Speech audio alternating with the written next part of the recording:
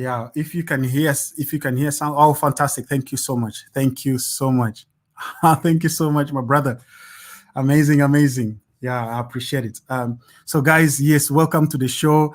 All this time I've been inviting you and talking to you guys. Apparently, you did not have the sounds. The devil is a liar. So now that you guys have the sounds, I'm really, really excited because we're gonna dive deep into some of the topic. Thank you, thank you. I appreciate it. We're gonna dive into some of the topic that have been rampaging our lives today. And there is an interview from Candace Owens that I saw. Really an amazing interview. Let me just put it on the screen for y'all so you can see. It's an interview, as you can see. It was a short debate between Candace Owens and her guest. But I believe it is a very important topic for us to have a conversation. Let me say, it's a very important conversation for us to have. In this video, there is Ray J, and I think Ray J is a guy who does a TV program, and there's also Daniielle. There's also Daniielle Alexis. So it's a conversation. So I'm not going to get it all the way from the beginning. I'm just going to get a snippet from it. I wrote here a few points. So let's just watch it from here. Please interact with me. Let me know what y'all think. It's not about me and my point and my view, but it's really also about you, what you guys think about this particular topic, because this topic is a topic that has a great significance in our society. It has a great significance also in our life. So as I play it, I just encourage you to just listen to what they're saying, and then let's have a conversation about it. Here it comes. Because but you're saying masculinity and femininity are two different. She was like, I feel like I don't mind little breasts or but you're saying want to and go that's get what they say. Right, but they're doing that because it's but you're saying masculinity and femininity are two different things. Right. They don't attach it to whether or not they are in fact they would never go to the doctor and say, if I don't get these boobs, right, I'm a male. No, but right? I didn't think that. I was talking about aesthetically pleasing. That was my point. But that oh my gosh, I love that. The breast. Yeah, that's feel fine. Like that's fine. I just want to say this. That to me is to me that's a costume, and that's why I call. And this is why I feel that it's woman face. It's an idea. It's like this is what I believe women are, because I'm scrolling through, and I'm giving you a modern example. Obviously, Instagram was not around when you were doing this. I'm scrolling through Instagram, and I think that the hottest girl on Instagram is Sophia Richie. So what do I have to do to look like Sophia Richie, and that's going to make me a woman? That to me is woman face, right? That doesn't make, so yes, you're saying there's aesthetics to it, and that is the reason why you will see women all across LA. Exactly. It's like standard practice. For me, it was they will get there. It's but it's the aesthetic. Different countries, but I exactly, for me, once again, because I can only speak from a personal point of view, it was the aesthetic of it. Just like my girlfriend, like I stated, that's how she felt as a born female. But the costume for me, because you're using that, and that is something that gets thrown around in our community, I want to specify how I see the costume, because I actually agree with that terminology. And I hate when people treat being trans like a costume, because they do it, but it's just not in that scenario. A costume to me is how I specified before, where people are going around saying I'm trans and they want to reap the benefits of being a trans, let's say, activist, or getting jobs as a trans spokesperson, whatever it may be. And then you see them at the corner store, and it's like literally like, whoa, did you detransition overnight? That's what I see as a costume. So they went back to being... Well, it's just what she said. It can be a costume, but for me, this isn't a costume. I can't rip it all off. I know I'm in glam now because I love glam, and, you know, I like to feel and look good, smell good, whatever. But at home, no makeup on, hair up in a bun, is giving woman, is giving what it is. Okay, so it's not a costume. You genuinely believe that you're a woman? 100%. Do I think I'm a born female biological woman? Absolutely not.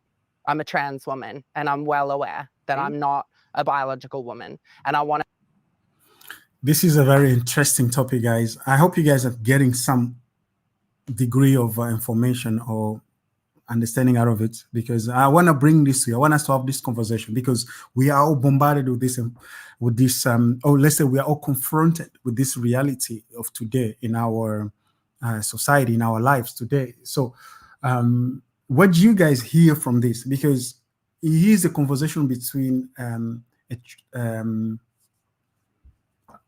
I'm trying to be careful with the way I'm going to say things, because it's important that I'm going to try my best to stay on the side of the truth, because not just reality, but the truth. And the truth is what the Bible says the truth is, not necessarily what people feel or think what the truth should be.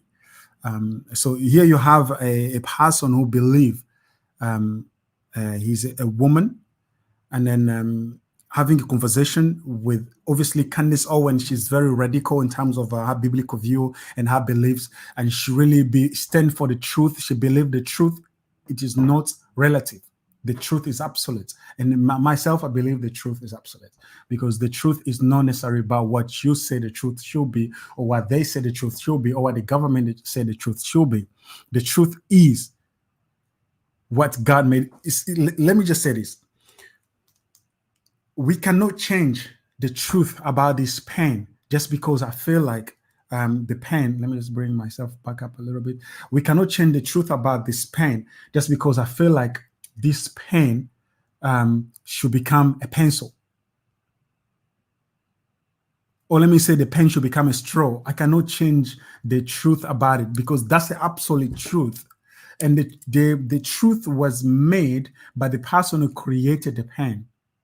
The person who created the pen designated the purpose of this pen, and thereby we are stuck with what the pen ought to be. We cannot change it into a pencil, even if we try. I mean, we can pretend it is a pencil, but it will still be a pen. So I believe the truth about who we are as people, it was designated, coded by the Creator. So now we are dealing with the reality of opinion, of how people think, how people feel they are. And that's why I think this is a very interesting conversation to have, as we hear from Daniielle herself, or Daniielle, his point of view on this topic. And we also Candace, a point of view on this topic. And also we had a friend of Daniielle's point of view on this topic. And we can be able to converse on this particular conversation, because Daniielle said, I know I am not biologically a female. We are confronted, whether it's at the workplace or in the public place, with a male who transitioned, or not even transitioned, or the male who said, I am a female. And often this is a taboo to even have this conversation. Often you're not even allowed to, on a certain degree, to even come to the point where you say, you know what? Explain to me what that means. And that's why Candace Owens asked some of the question here. He said, explain to me, what does a woman mean? Because that's the question we have to answer. What is a female? What is a woman? The question here was, does a woman be diluted to a costume where you can just wear it, you can just put it on when it benefits you, and then put it off when it doesn't? Where you can say, no, today I feel like a woman, so I'm going to wear the female costume, and then thereby you can switch and say, tomorrow I feel again like this being or that. So let's hear it, and I hope you guys will be blessed by this conversation. This is not me pointing out a certain view. This is not me attacking certain person who's struggling or is with anything, identity crisis or dysphoria, gender dysphoria whatsoever. So this is just me allowing us to have a conversation on this program, and hopefully we'll be educated, and we can also educate those around us, because as we know from the Bible, say, my people perish for lack of knowledge. And often it's harder to have knowledge without information, and information does not just, and in this case, our information comes from the word of God, because the Bible says, you shall know the truth, and the truth shall set you free. So you cannot be free without the truth being imparted or being shared unto thee. But also you need to understand truth is not, because there's also something that people always say, this is your truth and this is my truth. And I just feel the need to also point out on this, that truth is not relative as well. Truth is absolute. Yes, don't chop my head off, because the truth, there's no such a thing as your truth and my truth. There's no such a thing as which we always do is like, yeah, this is how you interpret the truth, and this is how I interpret the truth. Truth, there's only one truth. And I like the saying that says, like, a liar might take an elevator and truth will take the stairs. but he will eventually get up there. And in our lives, we deal with so many issues personally, in our personal capacities. We deal with people who are deceptive, manipulative. People who go to a highest degree to try and infiltrate deceptive ideology just to be able to break something that they disagree with, or something that threatens their being, or something that they're just not getting a chance to have power influence over. How do you deal with a toxic being like that? How do you deal with, so it all comes down to be able to expose people to the truth. You shall know the truth, and the truth shall set you free. Then let's just take a quick look again on this topic, this conversation, because I believe it's a very powerful conversation. Let's just hear a little bit more. To make that statement very loud, That's a good, because that's where it gets crossed, and where I think trans people need to come to the table. Yeah, she's talking about the costume wearing, where some people will just say, I'm a transgender today, just because the society has accommodated them with certain privileges. If you say you're transgender, you get privileges like jobs. If you go to a company, you easily get hired. So people really, there's this called DEI. Is it DEI? It's not DUI. Last time I made a mistake, I call it DUI. It's not a DU. It's not a DUI, but it's the DEI. And I think it's a diversity, equity, and inclusion. That's it. Diversity, equity, and inclusion. So that's a DEI. So there's this so-called DEI program that people get hired to be a part of. Diversity to be part of, and then but then people get hired, just because this terminology, equity and inclusion. Some people really get hired not because they're qualified, but just because they are either transgender or they are homosexual. So that's why now what Danielle said, that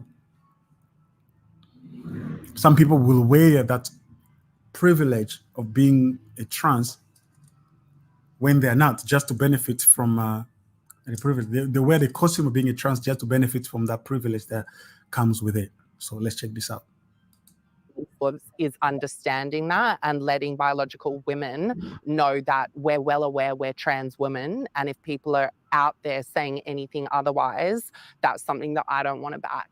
right? Because so now, that's now not we're my- bridging the gaps. Right. Now we're bridging. Deze gast is heel bijzonder. This guy is very interesting because okay. Bridging the gap, Candace. Yeah, I'm well aware of Now who we're I am getting and what I somewhere with am. this. Do you, Ray J, believe that Danielle is a woman? Yes. This is a very good question. This is such a pivotal question. Dit is echt een hele belangrijke vraag om te stellen. Bridging the gap, Candace. Omdat het begint met ons, met wij. I'm well aware of Now who we're I am getting and what I somewhere with am. this. Do you, Ray J, believe that Danielle is a woman? Yes. I've never once, even every time we talk, I've Yeah. always said, Danielle, shit, that's what it is. Like, and all of my friends that are in the community, I mean, we have a whole agency, right? Shout out to Tarad and Dumpin' D. It's the full agency, right? And then we have the girls club, right? So there's different layers and different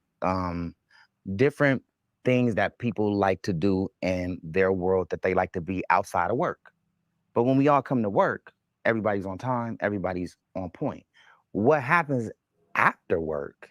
I mean, it ain't, you know what I'm saying? I could only imagine what some of my other friends do, some of my boom operators and camera guys, they real freaks, right? So who knows what they doing? All I know is that when we did the girls club, we shot it in Agora Hills. Yeah. It was a lot of intense drama. You know, everybody was trying to tell their story. So it got really dramatic, and it was a lot of like physical altercation. So we had to call another security team in. security team got there, and the security team ended up falling in love with all the girls there. So they never. It's important to point out that what he's talking about, what he's talking about in the show that he is producing, I believe, is a show with a number of trans people. There's a number of transgender people there. So he's referring to them as girl, but they are not biological girls.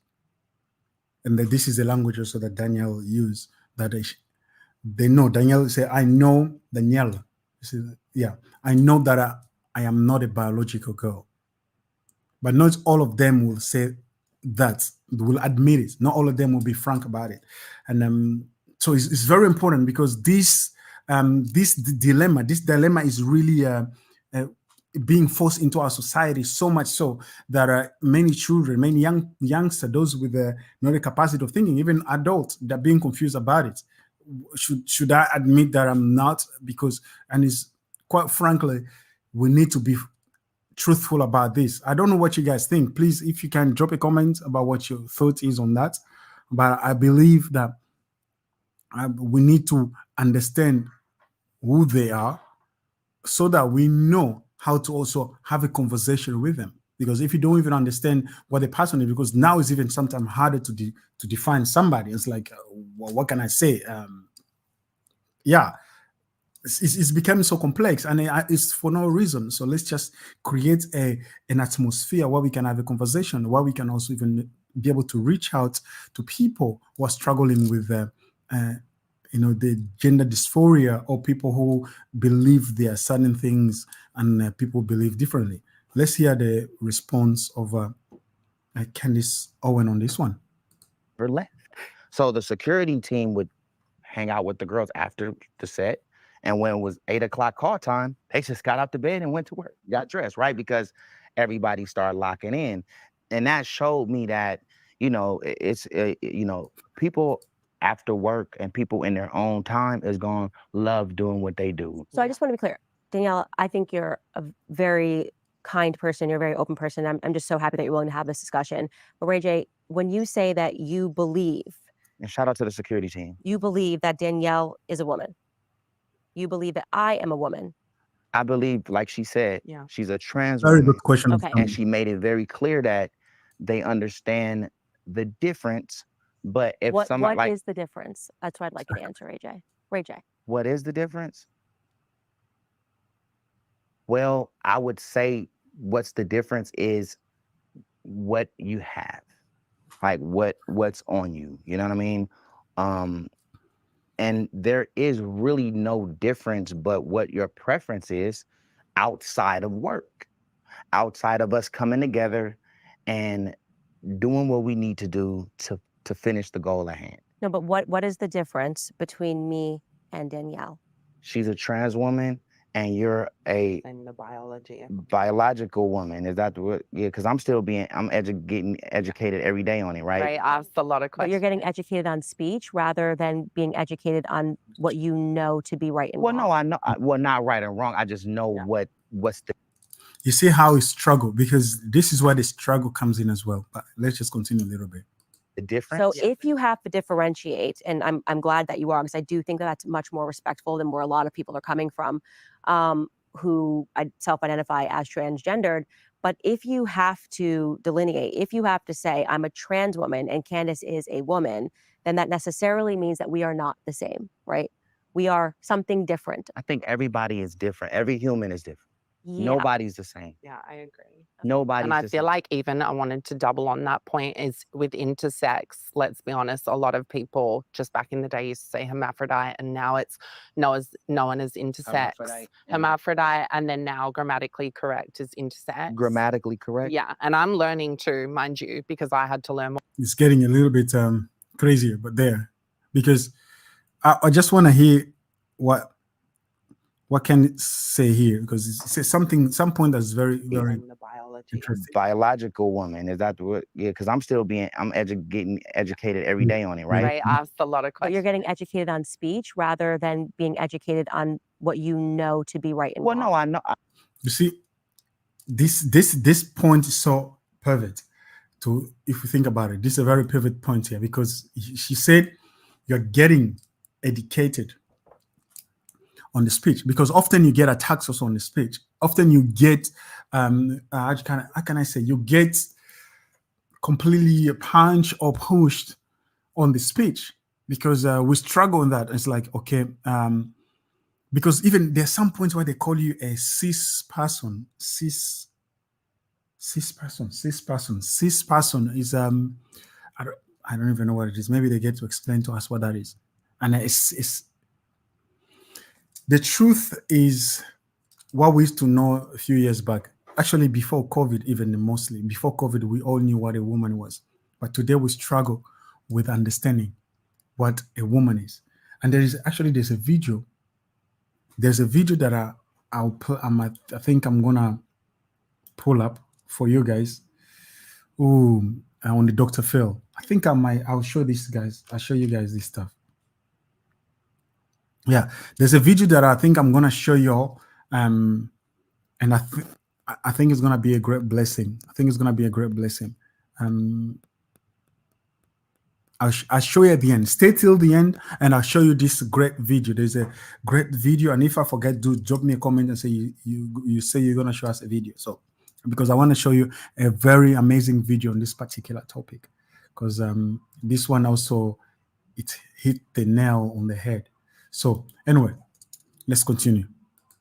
Well, not right and wrong. I just know what's the difference. So if you have to differentiate, and I'm glad that you are, because I do think that that's much more respectful than where a lot of people are coming from, who self-identify as transgendered.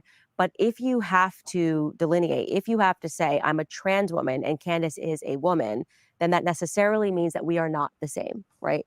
We are something different. I think everybody is different. Every human is different. Yeah. Nobody's the same. Yeah, This guy, nobody's the same. This guy is interesting. So let me just go back a little bit, beginning of this conversation, because I have to remember where we are. Let me just write where we are. We're on 40 minutes. I just want to touch ground on the beginning of it, so you guys will know. And I'll put the link. By the way, I'll put a link to the whole interview.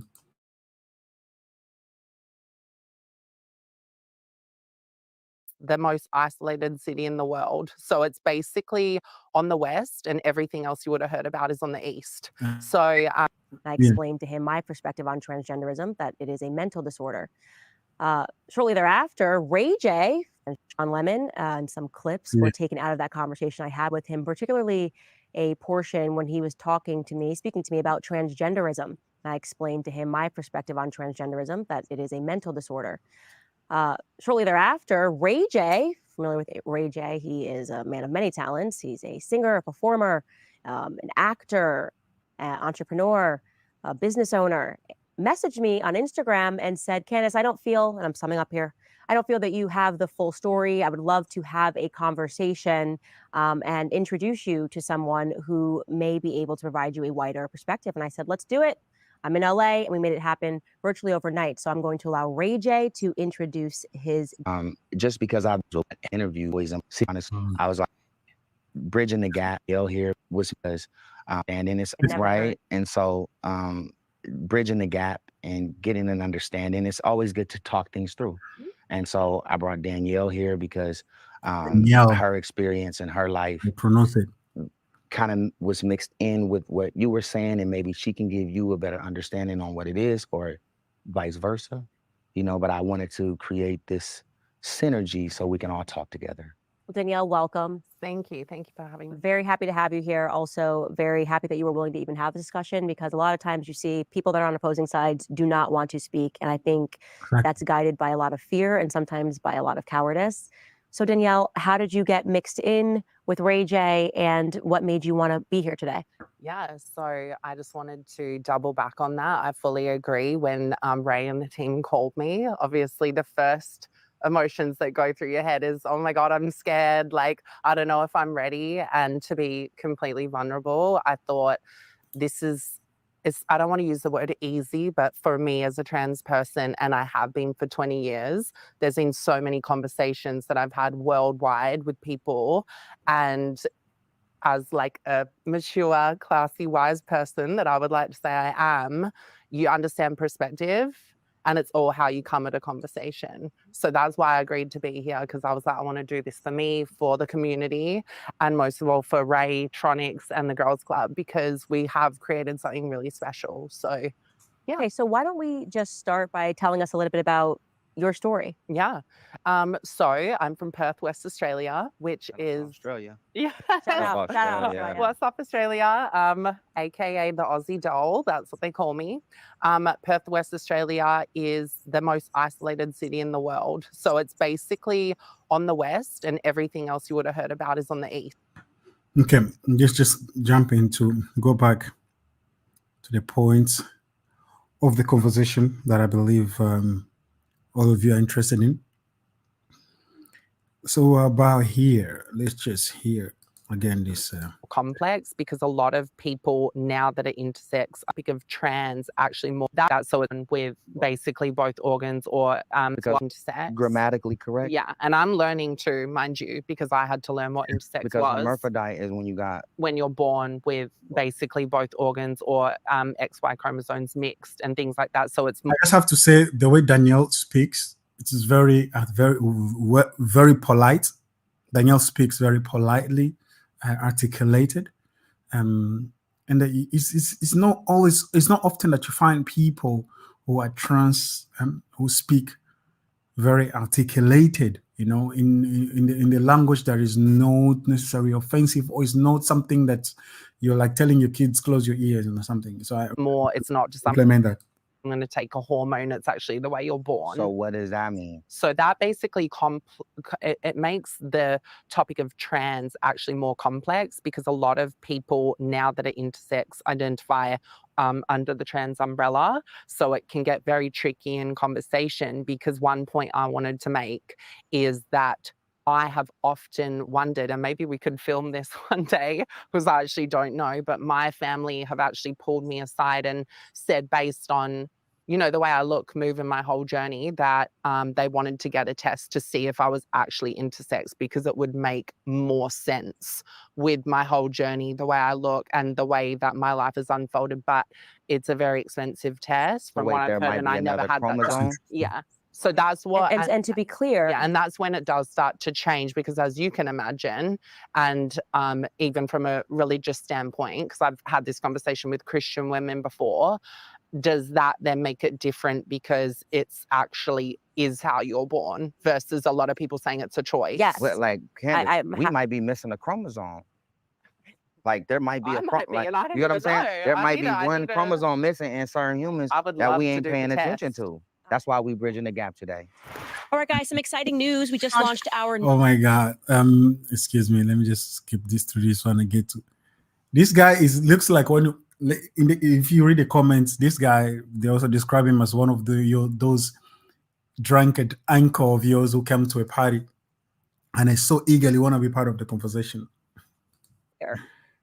It is plausible. Very, very, very small minority of people who are literally born hermaphrodites. Yeah, You're correct. A small percentage. That is considered a genetic anomaly, right? So something goes wrong, and you can be born with two parts. That something has gone wrong. But why can't it just be right for that person? Yeah, because I feel like wrong is genetic anomalies happen. Like if everything goes right, like if me and her was attached together, are we wrong? See, I feel like that is also when something goes wrong. This is why like Siamese twins, and they have to have these surgeries, and their organs can be mixed. And it's a I don't think wrong.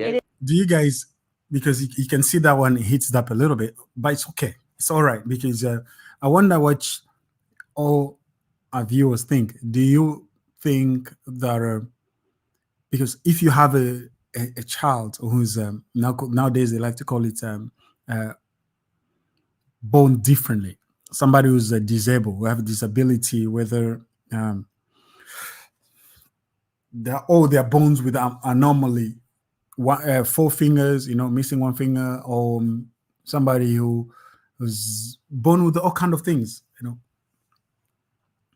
Do you guys believe that we should just normalize it and say, you know what, that's what it meant to be a person, that's just that person being original? Or can we just call it for what we used to call it? I mean, what most people call it, an anomaly, a disability, somebody who's disabled, somebody who's not able to function as the normal person is meant to function. I mean, it's so difficult trying to make sense out of it, trying to explain it, because the more you're trying to explain it, the more it sounds weird, because you're almost like you're explaining the unexplainable.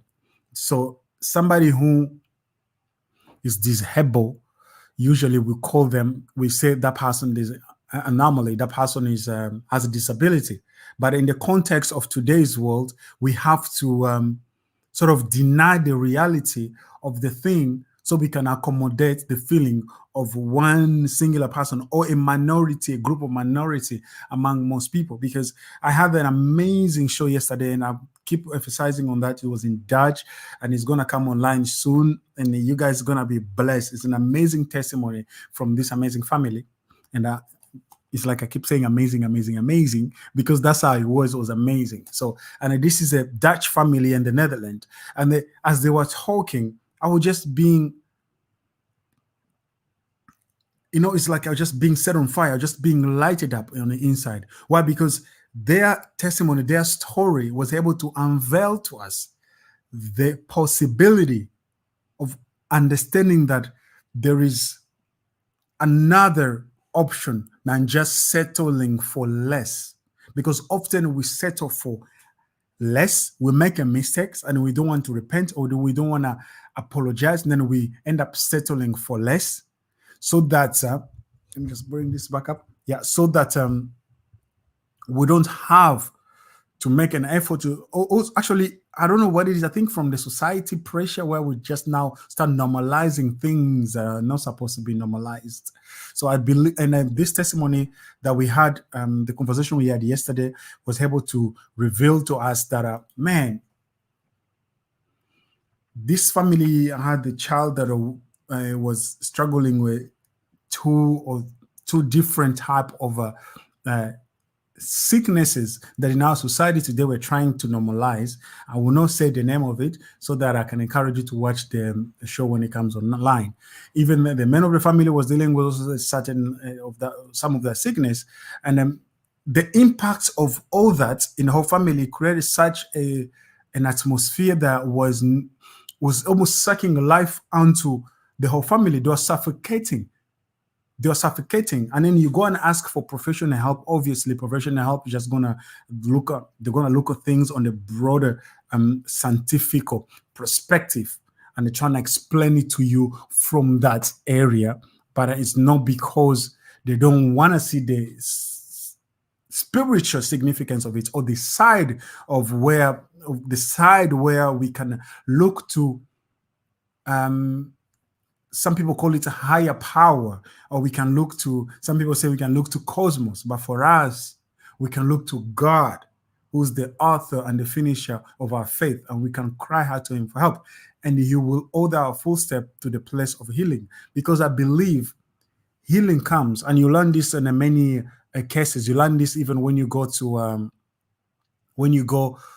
seek professional help, whether you're an addict, or you're going to seek professional help whether you are dealing with certain lustful nature. And often they tell you the first step of fixing an issue or a problem or difficulty is first admitting that there's a problem and there's a difficulty. Because if you do not even understand that there's an issue, then you will be reluctant to seek help. So in this context, this family came to the point where they realized that with the help, of course, of the people around them, like the parents and of the couple, which is the grandparents to the children. And that's why it's so important to surround yourself.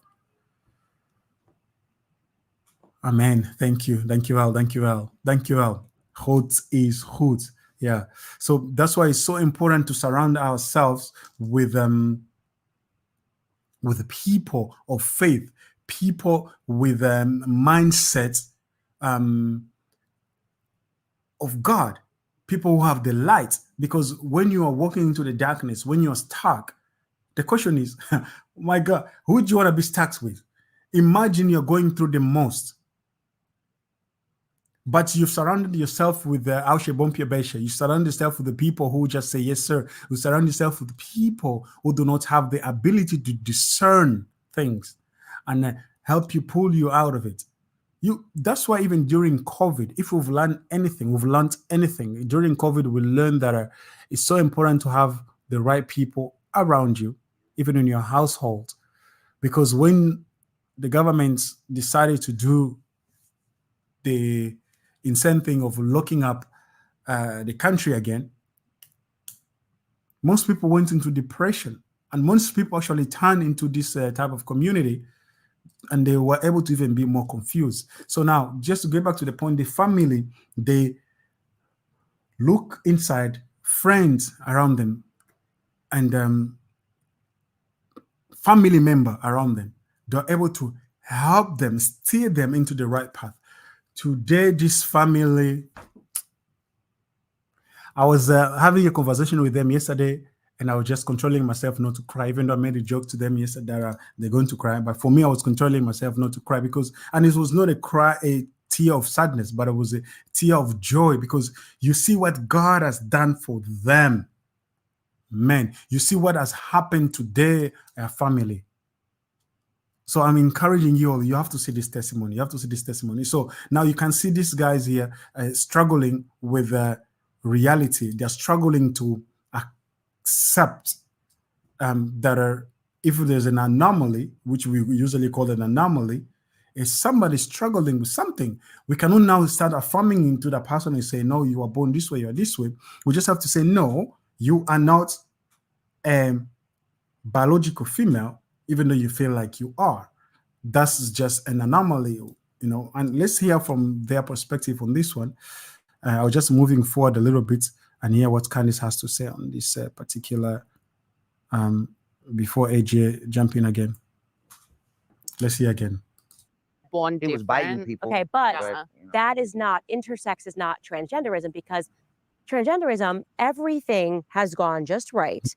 And at some point in that person's life, they just make a decision to say that I want to start living as this opposite sex that I was not born as. And that is why I say this is a mental disorder, okay? I don't view an intersex person as having a mental disorder. But I view a transgendered individual as having a mental disorder. And I'll ask you a question. Is Rachel Dolezal black? Pardon? Is Rachel Dolezal black? She's going to Rachel explain Dolezal, if you're not familiar, is the woman who was wearing dark makeup and was leading the NAACP, had grown her hair out kinky into an afro, and then it turned out that her parents spoke out, and she's basically as white as they come, and she just was dressing every day as a black person and passing as black and leading the NAACP. Yeah. And everyone in the community. I don't know her, so I don't want to comment on that. I want you to comment, because She was just what very she was simple. just I feel like I know what. Okay, this is also a very interesting conversation. Please just bear with me or bear with her as well, because there's a point that Candace Owens is trying to make here. And for those who don't know who Candace Owens is somebody, she's quite also articulate, a woman with an amazing, she's a talk show host of Candace Owens podcast, obviously. And recently she just separated with the Daily Wire, which she was part of. So she's quite, I can say what, she's a professional in her field.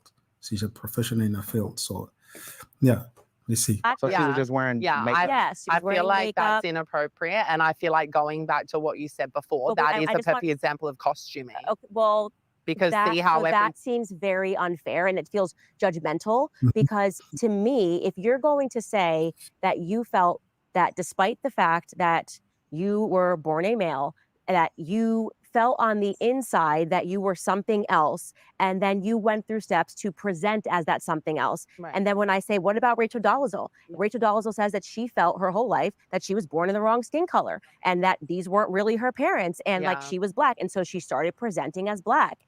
I just don't see how you can be ideologically consistent, because no one will accept racial dollars, though, because that's blackface. How could you say this? But you're sitting here like, well, I demand that I get, you know, that, like, and I'm saying you as the larger community, because I don't think you're being demanding at all in this moment. But it's just, do you see the It's very smart in this moment. hypocrisy of saying that a woman can't just, like, why can't a white girl say she's black? I get what you're saying, and I see how people would compare that.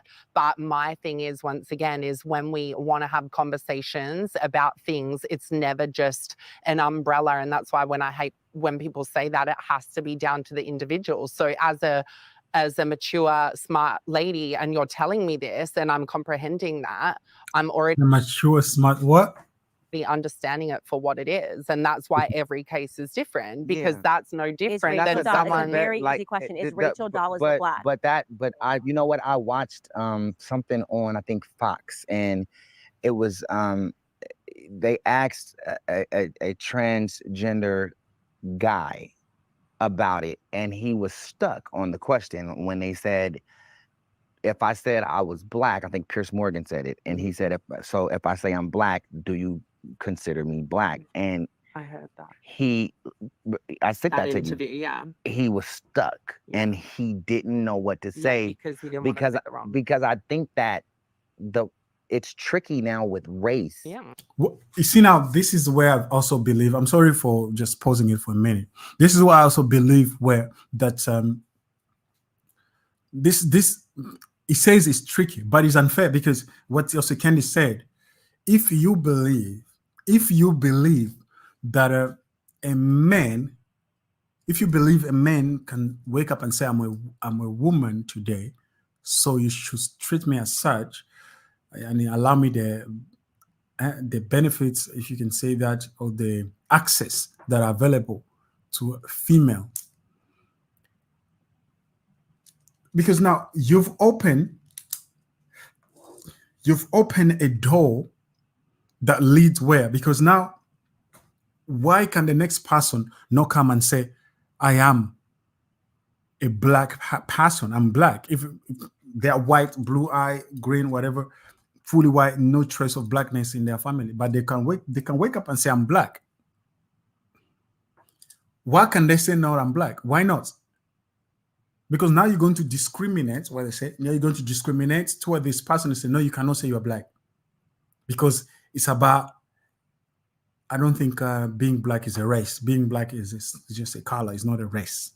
It's not a race. There's no such a thing as a black race, white race, blue race, green race. There's no such a thing, because there's only one thing that's called the human race. There's a human race. There's no black race thing, because there's one human race. We are all human beings, human race. And being black is just a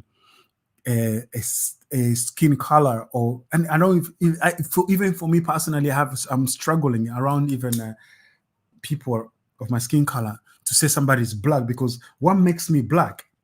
Even though Ray J, maybe it's because the camera is a bit darker than I am, it doesn't make him black. It's still brown. So they want to call my skin black, and they call Indian people brown.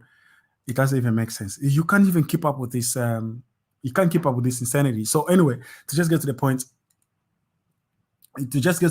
I believe if you can say this person is a male who transitioned to become a woman, thereby we're going to call that person a woman, then you should be able to call somebody who said, I was once black, now want to be identified. I want to be identified as white today. So thereby you need to call me white. You need to call me white. So, or thereby you need to call me, I don't know what, because often is between those two colors, black and white. Yeah, so you cannot now you cannot discriminate. If you understand what I'm saying, and if you disagree, please just drop it in the message, in the comment, and say, hey, this is how my view on this one. It will be very helpful. But let's hear where this is going. And right, not tricky. It's very, and I think that, but here's the thing: the fact that that question kind of stops the answers from flowing, because you gotta, we need to elaborate more on that. We need to figure out how to really understand that question. Yeah, well, because that's being asked, and it kind of shuts everything. But there's a reason it shuts everything down, because it's not a tricky question. like literally in 4 seconds, Rachel Dolezal said that she was Black, that she lived this way. She had a great job at the NAACP fighting for Black causes. Suddenly her parents speak out. Everyone can see that her parents are very white. And then they showed a picture of Rachel Dolezal. It turns out this is like a blonde-haired Scottish girl. I mean, What if she was that's- around? What if she was around Black people for all her life? well, that's my point, right? So, and the reason why you guys are struggling to answer this is because what it does is it I'm not presents, struggling it to presents, answer it. yeah, you said Rachel I said- Dolezal is not Black. Yeah, she's not Black, and And so also if I Rachel feel like Dolezal it's was But if she sitting said she here, was Black, but- then she's Black. Yeah, okay. and would I Just like if I want to be called Killer Poom Poom, So y'all at gotta call least- me the name I want. 'cause At I- least you're being consistent. If you miss this, that's what I tell you. This guy is like your uncle just showed up on the party drunk and they still want to be part of the conversation. Hear what he just said. But if she sitting said she here, was Black, but- then she's Black. Yeah, okay. And would I just Just like if I want to be called Killer Poom Poom, So y'all at gotta call least- me the name I want. 'cause At I- least you're being consistent. You're not being consistent. So at least you're saying But I that don't yes, think any that's fair. person can just say whatever they are and we have to accept it. If they feel deep down and they went through middle school and they felt that they were Black, then we Right. have to suddenly But I'm pretend. not saying that I would disrespect her for saying, like, I wouldn't be like, you're not, because to be honest, that's got nothing to But it's do with not me. But if disrespect, you it's just ask the reality, question, and- it is costumey. And that's going back to what we said before, which is a major issue, is that the lines get blurred because of being a costume, and trans is not a costume. It's not a cloak. When I And neither take is this Black. off, is that, but the thing is, once again, it still comes down to the individual scenario, and that is what it is. Because I want to say that the thing that I get thrown at me all the time, which people obviously think hurts me and it doesn't, it's laughable, is people are like, okay, you say you're trans, well, I'm a unicorn or I'm a cloud. I mean, it's ridiculous. How is it comparable? Well, I'm like, okay. we do currently have children that are Like, saying I that wanna they be are a clown. trans species. So that's a reality. There Right. are kids that are saying that they're cats, I that they're think that dogs. we have to respect that. At least you're Yeah. being ideologically consistent. At least We you're being have to, consistent. because And- it's And that's fair. it's Like, I'm 20 not saying he's like wrong. because but you said the- Rachel Dolezal wasn't Black. because but what I'm saying is what we're living race like is- we are living in a society where we have rules and regulations, right? And we have government. We go to jail when we do wrong, right? So it isn't the wild west.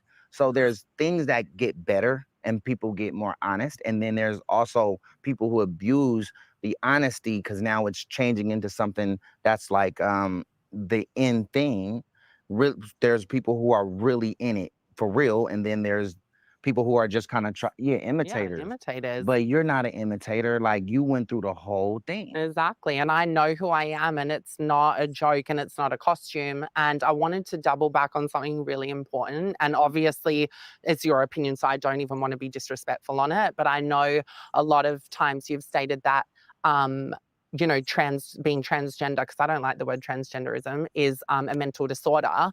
But you know, the APA states that it's not a mental disorder at all, and they're psychiatrists, they're trained This is very interesting because now she's quoting an American Association of Psychology or something. So I'm curious about Candace's reaction on this one. Please just pay attention. This is quite educative. I know you may wonder, Glory, this is not what we're used to with you on your shows. But it's also good just to shift things a little bit and just bring you a different perspective, a different conversation where we can just be able to analyze these talks, this individual's ideology, and just have a conversation about it. There's nothing wrong with us just taking time to just converse about these ideologies, because I believe they are beneficial to us all. Now, let's check this out. Psychiatrist, and I knew you probably knew I'd bring this up, but you know, the APA states that it's not a mental disorder at all. So that's the American Psychiatric Association and also the World Health Order. Yeah. And what they state is that it's actually just obviously gender dysphoria, and then the description from gender dysphoria is the feeling of distress You feel me? from gender dysphoria. But then the interesting thing about this, and I want to bring this to you because this is, you know, I know that's your statement and that's mine, but what's interesting even about that, to show how everyone is so unique, is I don't even have gender dysphoria anymore because I don't ever feel or walk around feeling like a guy. So see how it's so like gender so many- dysphoria. so gender dysphoria we're is all the- getting educated. People Yeah, are so watching. gender dysphoria is when trans people feel dysphoric about like their gender. So in the sense of a trans woman being like, oh my God, I feel, you know, manly today. I feel like a guy. I feel like blah, blah, blah. And it brings them down. And that's what causes feelings of distress. And that's why it's not considered a disorder, because it's a feeling of anxiety about that thing about you. But for me to double on that, I'm like, but I don't wake up and ever see a guy feel like a guy. So I don't have gender dysphoria. So everything and every individual is different. And that's why I'll always preach that point. But it's not a disorder. I don't have a mental disorder. Like, I don't even think about this on a day-to-day basis, but I am willing to come to the forefront and speak about trans rights and transness because I am. But I always want to show people worldwide that you can clearly see we're all different and we have different. I'm curious what you all think about this. I'm really, really genuinely curious what you guys think about this. Yeah. Because we all have family members who are dealing with certain things. We all have family members who okay, no, let me not say all. We don't all have family members who are dealing with dysphoria or anything like that. We might know people today now in the world of today. It's almost impossible. It's literally almost impossible for you not to know somebody in this side of the spectrum, as you call it, on this side of the spectrum. So please share your thoughts on this one. Let's hear what Candace has to say. Samuel is not a black person. Lee said, Yeah, yes, a Spanish song probably never got. I'm pretty sure I've seen this. Not even with parents that are white, and it doesn't matter. Let's say any individual. Yeah, I know. I want to go back to that because this is a very important comment on it. So yeah. Rachel Dolezal, I want to go back to that because this is a very important point, and I do feel you're pedaling past because you realize this. It's I know who this is that this is I don't know. this is how. flashing back. Okay, well, but it you doesn't kinda- matter. Let's say any individual. Yeah. This is an individual who is committed and living as a black person when in fact they were born with parents that are whiter than snow. So nobody was black. No, nobody, not even a similar, drop I think, of, yeah. not even like Ancestry didn't say I'm nowhere pretty sure in. I've seen this didn't on like even know, Botched or something. a Spanish song probably never got listened to a Spanish song. It was not even a drop. I know among the lines of what Yes. you're talking about because Okay. I think I've seen You it on Botched instantly or whatever. said, Yeah. instantly said, Yeah. and have held to the point Yes. that Rachel Dolezal is not a Yes. black person. So if Rachel Dolezal is not a black person, but believes that she is a black person on the inside, what is Rachel Dolezal suffering from? So for me personally, like I will say once again, because I don't know her story, but based on what you're telling me, I will go back to the point every time that what it sounds like is that she's costuming. That's what it is to me. If Rachel believes she's black, that's not only not my place to comment on. I don't know that girl, so it doesn't bother me. But if someone doesn't believe in what she's doing is right, if it's publicized or whatever, that's their opinion. But do I think that she has a mental disorder? My answer is, who am I to even comment on that? Yeah, because like, I'm I not a think- psychologist. Let me just I finish. have no idea. Okay. I agree with you about Rachel Yeah. Dolezal. She is costuming. Right. But does she have a mental disorder? If you are That's a very interesting question. I like this comment. Reje is like the drunk cousin who tried to be involved in a serious family debate, but makes no sense at all. I really agree. I really agree. Let's see. are living your life as something that you are not, and you believe inside of you that you are this, Right. she's not hurting anybody, but she is suffering Okay. from a mental disorder. Now, Okay. I And now know this is somebody where that suffers from- things get tricky. So you and Rachel Dolezal are actually embodying the exact same thing, right? Both No. of you believe. I was like, Ra- please it's don't ra- say it's race and Candace. gender. Please don't put me in that box. It's race and but gender. that anybody Come on. watching this is going, this is a very valid Yeah, point. Both but I of you don't think it's believe that you valid. are something that you are not, and you have gone through extremities to live as something that you are not. That's a costume. You're not, but I this think- is a costume, and that's my point. Everything you Trans are is not a saying to costume. Rachel Dolezal, you could say to yourself, I don't think right? so, Rachel because- Dolezal could share a story. Let me just get this out. Rachel Dolezal could share a story and say, you know, from the time I was a kid when I was 4, my mom looked down at me and said that you were showing characteristics of being black. And then when I was in school, everyone was like, Rachel, kind of like, you know, one of the But black she was kind of people. thick too, right? Yeah, Rachel was was. kind of thick. That's what I'm saying. I remember. And, you No, know, no, I and do. the I whole like weekend, like you're like. like, I'm like, hey, okay. Jordan got her you handle. No, know, I'm you're saying, treated like a black girl. I And then remember. I next know thing you Rachel. know, Rachel at 17 years old was going to Christian school and was like, you know what? I'm ready to do the first thing. And so Rachel went and got her hair cornrowed. So she said she was mixed. She got her hair cornrowed. She just She said didn't she was like mixed? No, black. and then she started wearing the makeup, getting tanned, all this stuff. And then next thing you know, Rachel Dolezal fully believed. Right. And so I'm out here like, justice for Rachel Dolezal, because if you're out here saying that you're a woman, then Rachel Dolezal has every right to be a black person. And the reason why Rachel Dolezal, that case study makes you uncomfortable is because it hits the truth.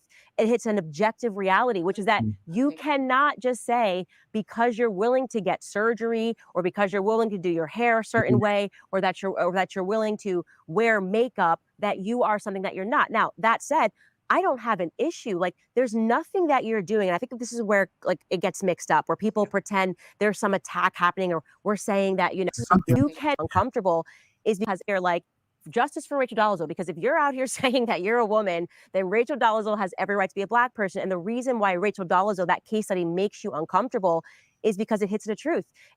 It hits an objective reality, which is that you cannot just say because you're willing to get surgery or because you're willing to do your hair a certain way or that you're willing to wear makeup that you are something that you're not. Now, that said, Understand? This is where it gets tricky because standpoint of Danielle is that this Rachel character believes she's a black woman when she's not. Rachel Dow. I have to look that up because I'm not even sure who Rachel is. I'm not even sure who Rachel Doll is. Rachel Doll. Rachel who? Anyway, I'll check. I'll look that up.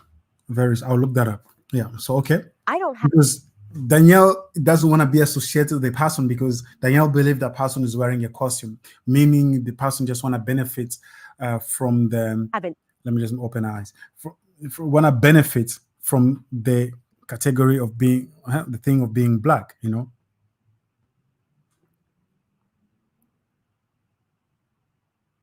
Yeah. Okay. Who are we to judge? That's a question that I see here in the chart.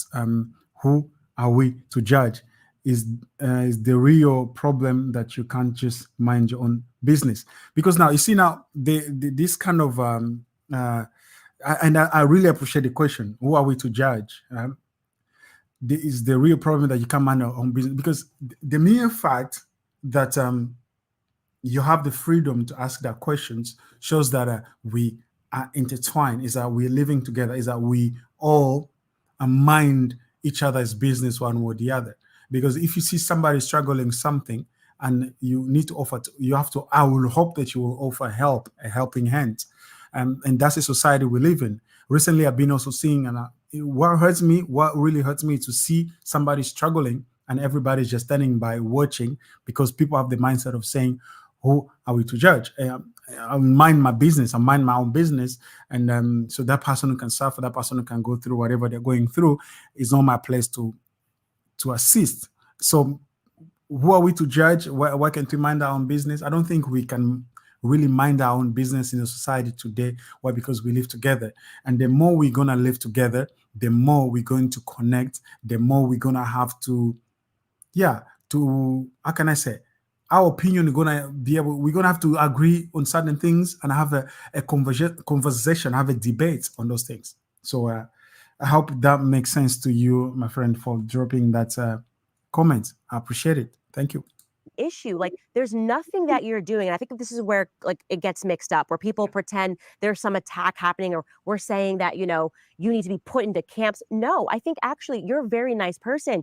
You're just not a woman, and you're never going to be a woman. And I know that. Right, exactly. And that's why I wanted to make that point. But people weaponize that. See, people love being like, you're not a woman. And I'm like, yeah, cool, great point. I agree. And then where do they go? Because see, they're weaponizing it because they want to put us down. Like, you're not a real girl. You never will be. Yeah, I'm aware. I have a mother and 3 sisters. Like, I'm well aware. Yeah. And I'm okay with that. Right. And I And love that's the all way we're I asking, am. and And that's even why with Rachel, to go back to your point, if Rachel wants to be that way, go ahead, girl, get your life. That's what I'm saying. But see, so it's not me being contradictory, Right, but it because would be the question is yes, I feel she's costumey, but girl, get your life. If you want to do that, do it. But it always comes back to us being delusional, but we're not. We know we're not biological women, so it's scored. And that's see, now we It's can the all be twisted friends. And we reality. can all go out and I you want know to what I ask you mean? a question, because I actually find your energy like, you know, like. A second. So I think these conversations are very important, and I hope somebody is not watching this show and feel offended, or they feel like they're being attacked, because that is definitely never a purpose for us, never a purpose for this show, on this program, for us to, with every program we might bring with enthusiasm, with a bit of laughter, sometimes jokingly, but it's quite serious, but it's really, the goal is to create a space where we can converse, a space where we can have info. Let me see.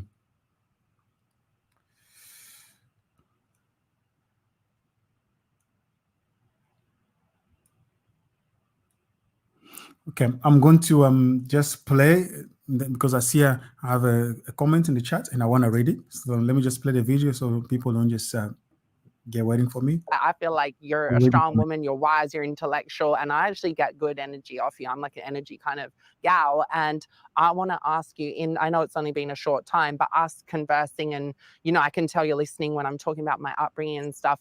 Do you see me as like a woman, a trans woman and stuff, or do you see me as like he and like a costume? I think that you're wearing a costume. Okay. And do you see me as a boy, or do you see me as a trans woman?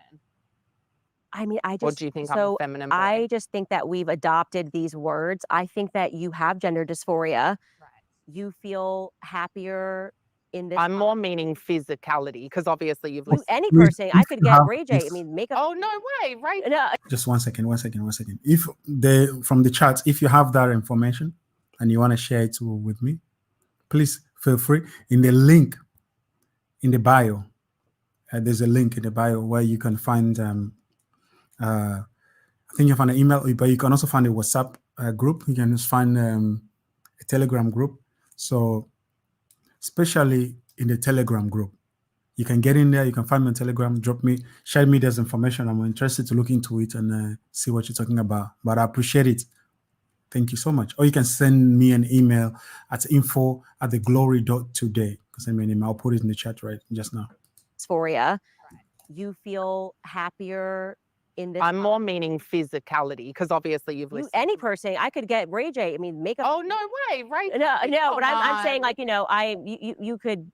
Have you seen X-Men? I mean, Charlize Theron, But I'm more in makeup, you can present as a physicality. But even without makeup, like I can get photos and sent to you with me with no makeup, no editing, whatever. I'm more mean like in the sense, because this is also a huge topic that, and in the trans community, we call it being real or being passable. Those are just like street languages. And you know, it doubles back to the fact that I don't sit on a couch at a restaurant or at a bus stop or whatever and be like trans or whatever. I actually pass as a biological female. So then it becomes my responsibility to every day educate people that I am trans. And that's usually out of respect, because I like to be honest with men. I don't like to, you know, deceive anyone or lie or whatever. But my thing is if we were having a conversation and it wasn't about this and we were just vibing, or if I went to your church and stuff, like, you're not looking at me as like a boy or like Ray and glam. Well, to be fair, I since I knew you were coming here, I feel like it's not a fair question to ask, because, but to be clear, there are tons of, especially today, you could literally look at somebody on the internet and never know that they lived as the opposite sex. And that's or that they were born as the sex that they're not presenting, rather, is the better way to say it. But to me, I don't know, like, for me, I think that it's just dishonesty. Do you know what I mean? If you're not being honest. If you're not being Like honest. when I But if you are like me. like one time, and I ain't never told nobody this, but I put on a wig one time, right? Yo. And so when I put on the wig, because I was trying to get into this other character, so I put on the wig, I looked in the mirror and I This went, guy is some. oh my God. And I was attracted to me. Come on, man. Yo, So I took my Ray shirt is off real a fast. key. And I went, what just happened? He was in character. I didn't know what happened, but I was It's like, true though. because I had it on and I went like that because it was in my eye. So I went like that and I took it off because I was attracted to me. Yo. And I love me, but I didn't know I loved me like that. Well, Like I look good. Mm. So I never did it again. Okay, I'm so Oh happy my that you God. shared I that. I don't know why, but I felt like it's good to just be vulnerable here. But yeah, that's what happened to me. This is a safe space. Yeah, thank you. And I I'm want sure to, you'd make a gorgeous woman. you would make a gorgeous Make woman. No, I just liked me. I was like, damn. And then I went, oh, that's me. I think one of the Yeah. things that when okay, 1 second, Candace Owens. So I hope you guys can follow a bit on this conversation. So it's very, I find this a very interesting conversation for us to have. And yeah, as I say again, nobody has a reason to feel attacked on the channel, but every comment, every question, every idea you share, it is important and it's imperative that we learn to communicate, to have a conversation, not just living in this bubble of offense. Every time somebody say do something, you already jump into offense, you feel offended, you run, you want to burn somebody, you want to silence, you want to censor them. So I hope we can adjust ourselves as people and learn to be interactive, to be people that are learn to care about one another and to have a conversations like this. That's why I'm showing this to you guys. That's why really I'm showing this to you guys. when conservatives are speaking with people on this issue and people think that it's so hardcore, and some of the, I guess, belligerence that I think people are sensing, and there is a belligerence there, and the belligerence is coming from the fact that what used to be a very small minority of people who were suffering from gender dysphoria has now been mainstreamed, and it's become a social contagion. And I feel particularly responsive to it because I did sit down with a person named Brianna. I don't know if you had time to watch this interview that I did. Brianna is still identifies as transgender. Right. He was very kind. He and I sat down, and he basically reached out to me because he, like you, decided to go through with the procedure. Things went very wrong. Yeah. Oh, it Brianna went wrong. Ivy. It went wrong. Yeah, and at the end of the day, Brianna realized he was just a gay guy and basically fell into the trap of seeing people online, seeing these shows that were produced who made them think it was going to be this That does easy happen. thing and you were going to be happier on the other side when the majority of the Yep. people actually aren't. We know for a fact that suicide rates increase after transitioning, which Yeah. they don't share. And so it feels to me, and especially, and I can ask this to you, Ray J, because you're presenting a show here and you're going to contribute to this culture of people thinking, So just like true. Brianna Ivy did, that this is just, oh, this is a decision, it's going to be super easy, and this is just actually who you are, and this is who you were born, and this is who you can be. And that to me is just such a demonstrable lie, and it's a lie that's hurting children. You know, children are wanting to be like Ray J and thinking that this is cool, and True. I'm going to hang out with some trans people and it's going to be dope, and they're having their entire lives. Like, that was the only time I almost cried on my show, was when Brianna was just boohoo crying, sharing how deformed he is, how he wished he had heard voices like mine saying, like, you need to wait because you are going down a path and you're paying attention to culture, which is just trying to sell you the Listen newest to your cigarette. heart, right? Yeah. And listen to the education that, like, hopefully now we can provide. We have the gay agency, we have Gator RPR, I have Ray Pride, which is a C3. And I think we have the Girls Club. And I think it's just having these conversations where people who are straight and people who are gay, people who are trans, they could all just sit down and just talk it through, right? As you watch that, you start to understand and get educated on a lot of different things. And I think that's the most important, is being able to have these conversations with different people who have different opinions and different perspectives on life, coming together, and we're able to have this debate and these understandings. And even if the first 2 or 3 debates don't go right, the 5th one might, you know, the sixth or 7th one might, as long as we give each other time, because everybody's here now. Everybody's strong. The communities are strong. You know, the LGBTQ is extremely strong, and they're supportive, and they're down to support people who are willing to understand. Same with the straights. And I say the straights now because I've been, right? It's the, you know, the straights, right? And, you know, and that's just because I've been in both worlds a lot lately. And I feel good. I feel good that we're all able to talk. I feel good that we're able to sit and have this debate without it going way to the left or way to the right. Right. And I And I wanted think to we need double on more. We need more of this. Yeah, and This I is wanted to special. double on his point as well, because Ray doesn't even understand sometimes, as you know, he's the CEO of Tronics and Ray's just going to be Ray, but he doesn't understand the power and impact in a positive way he has on us, because we're able to be very hands-on with this network and show, and we're able to come around and have access to someone like Ray that's a producer that most people in cast just do it and get turfed, or, you know, it's like shows over, see you later. Okay, just to cut it a little bit there.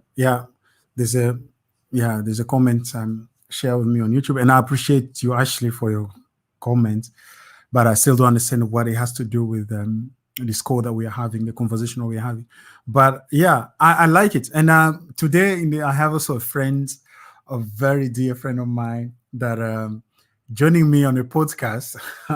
This is also a very good thing, and this friend of mine has an amazing story as well. She has an amazing story that she just won recently. So I'm just gonna pull her in on the podcast and see if she can hear me. So let me just double check if she'll be able to hear me. Just give me a minute. Let me just adjust my camera angle as well.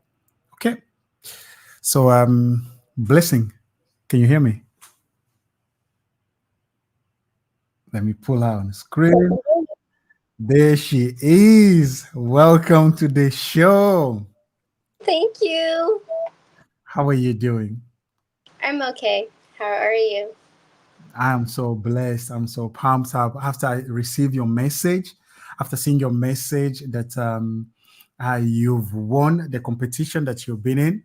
And Yeah. it excited me. And I was like, I want to get you on the show. I want us also have to get a moment to talk about it. So, and today I'm doing a show, particularly just having a conversation on the transgenderism, the femalehood and all those things. And I believe it's a very interesting conversation to have. And Yeah. but I also received your message today, and I was like, I would like to get you on the show and just to talk to you also a little bit about the competition that you are in, what it meant to you, and how you even ended up winning it. How is that? That's just crazy. That's crazy. So tell us, what was it? What was that competition? I think people now are wondering what that was about.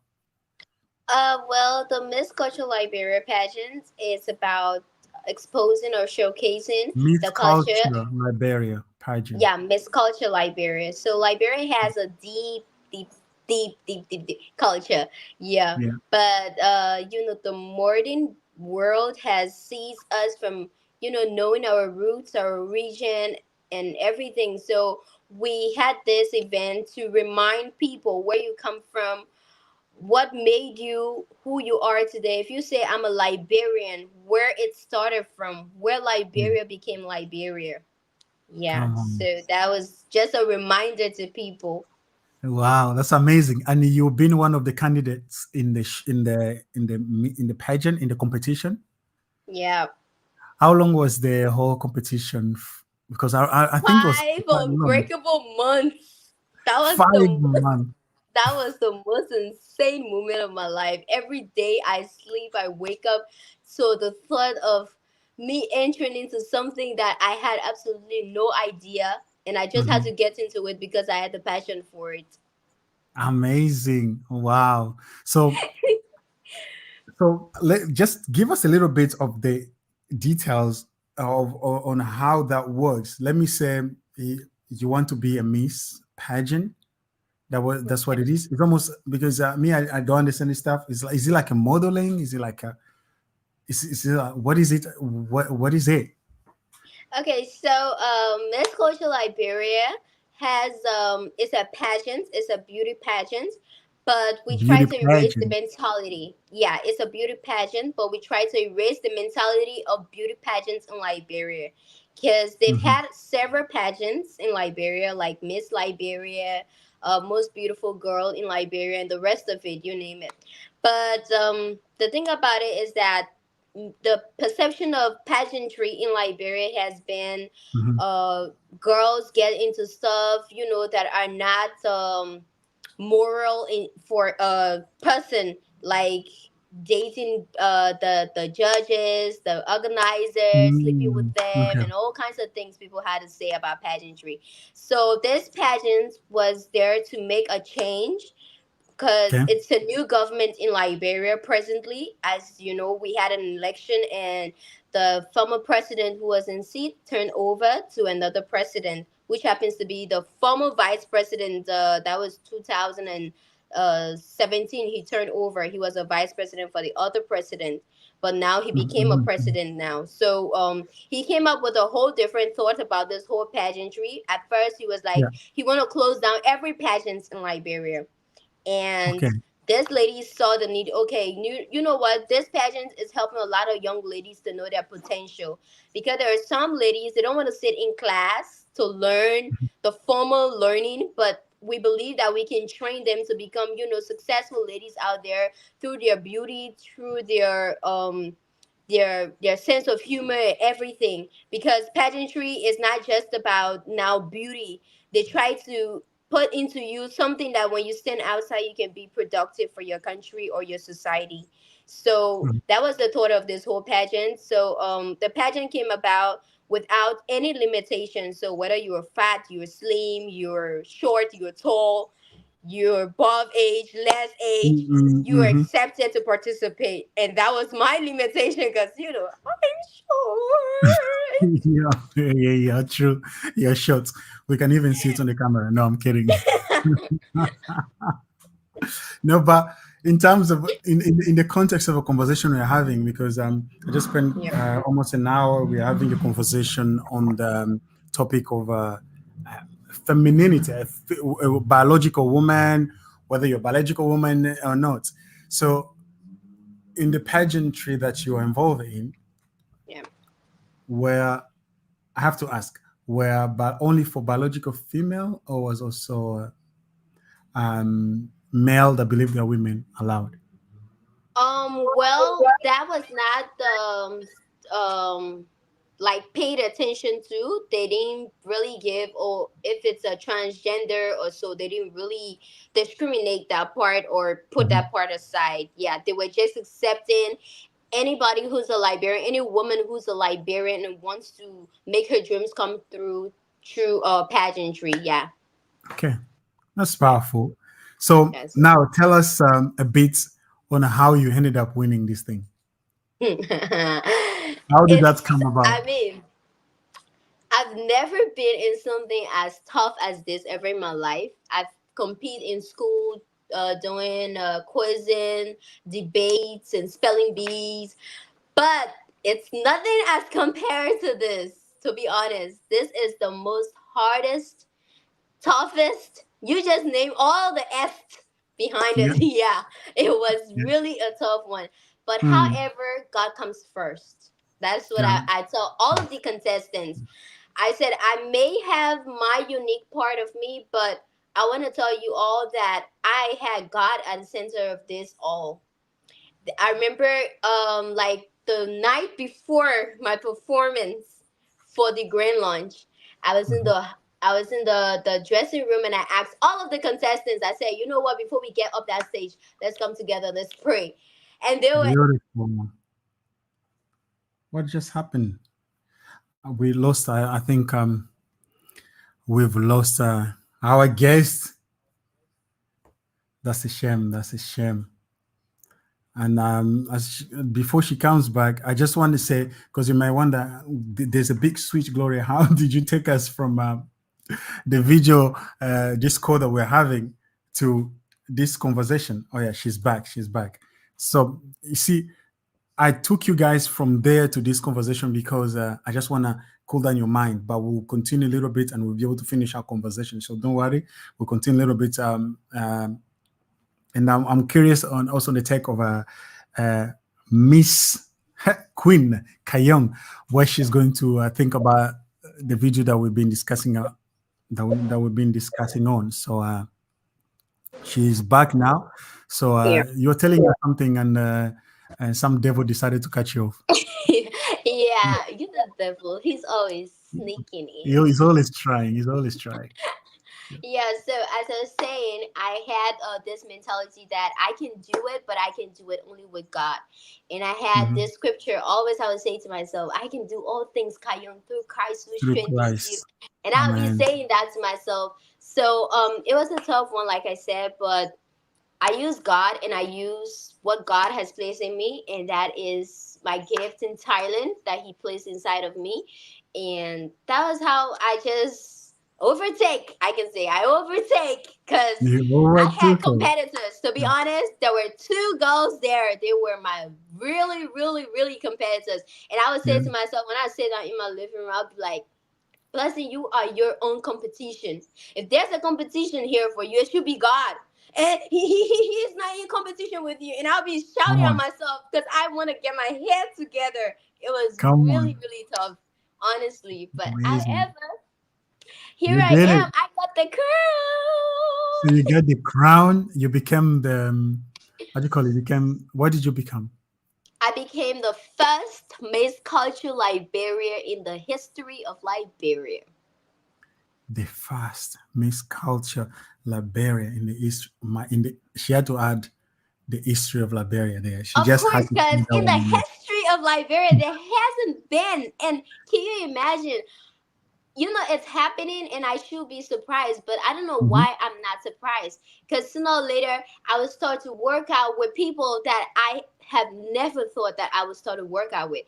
Me working out with Really? the cultural ambassador, me working out with the present president. That's like, I mean, it's just God overflowing grace, I would say. Come on, say it again. It is what? His overflowing grace. Okay. Glory. I just okay. I love the attitude. I love the attitude that you say it with. So Oh, by people, God's yeah, grace, hello. I'm gonna see if I can play a video of yours Okay. from the pageantry. If you allow me, do you give me the copyright to play your video? As She's you like, wish, Your I allow Majesty. King, King, King Glory. you.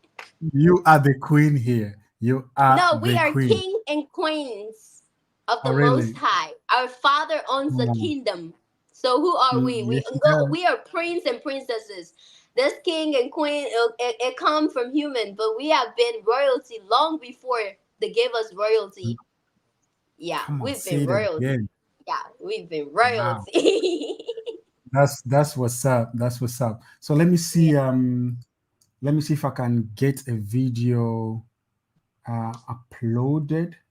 If I will have that grace, as Miss Kayong said, to add a video of hers on the show today. Hello, I Give me Miss Kayong blessing the children. wait, don't be too quick. Oh, you can say it already. That's perfect. That's perfect.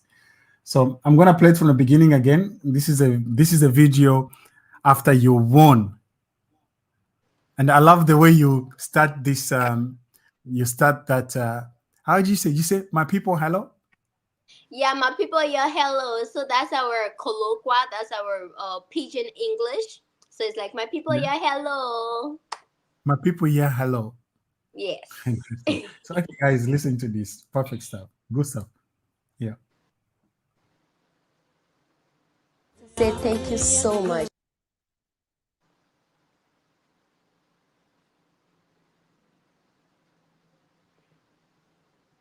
Oh no. Yep. My people, yeah, hello. I am Miss Kayong Blessing Ducho, newly crowned Miss Culture Liberia Queen. I am here to say thank you so much. This is an incredible honor, and I'm truly grateful for this opportunity and this recognition. I hope to use this platform to promote cultural understanding, celebrate diversity, not just to myself, but all the amazing people in the diverse cultures I represent. I hope to use this platform to promote our rich cultural heritage, advocate for women's land rights, and inspire others in Liberia. Once again, I deeply appreciate everyone who supported me through this journey. As the crowned Queen of Miss Culture Liberia, I'm fully dedicated to working with the newly appointed Cultural Ambassador, Mr. Kekura Kamara, commonly known as Malawala Balawala. Also, our sponsor Forum Seed and the Maycat. Thank you. May God bless you. Keep watching the best Liberian premium TV, Tama TV, on Satcom Channel 2 and 6. Of course! I love it. That's beautiful. Well done. I'm blushing. Yeah, no, I'm proud of you. Really, you did a great job. You really did a great job. Thank you. But how does it feel now? I'm just trying to get back my screen. Yeah, that's conversation. How does it feel now to be?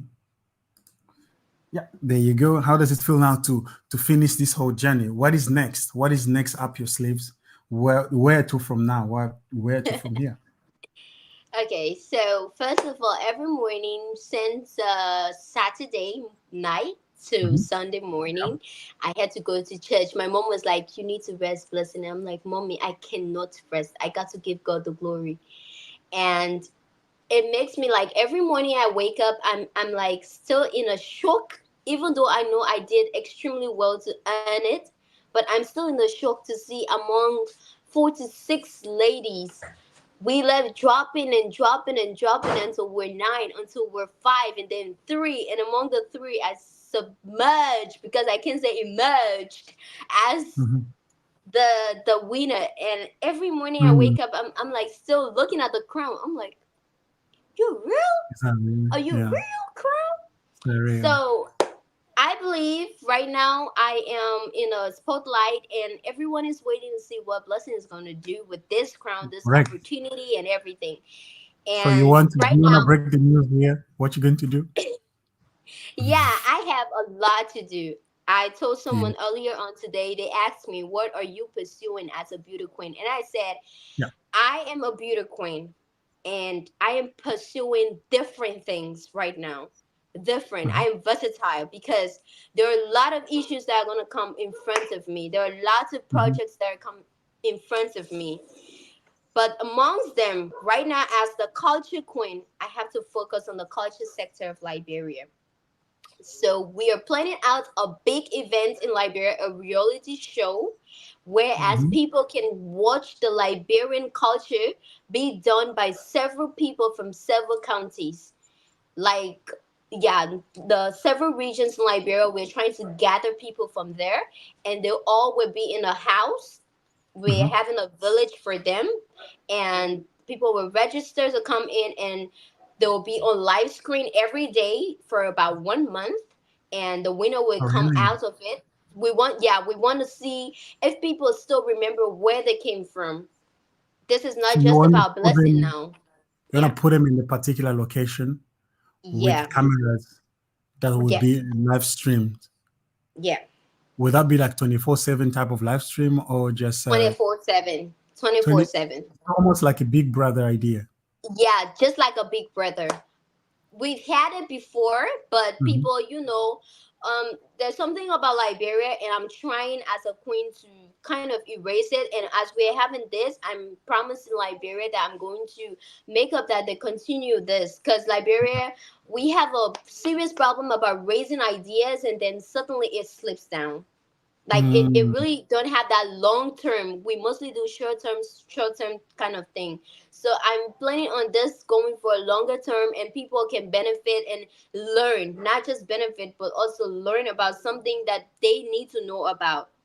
So we're doing that, and and then I'm also going to represent my country in South Africa. So you're going to South Africa. You're going to South Africa October 1st.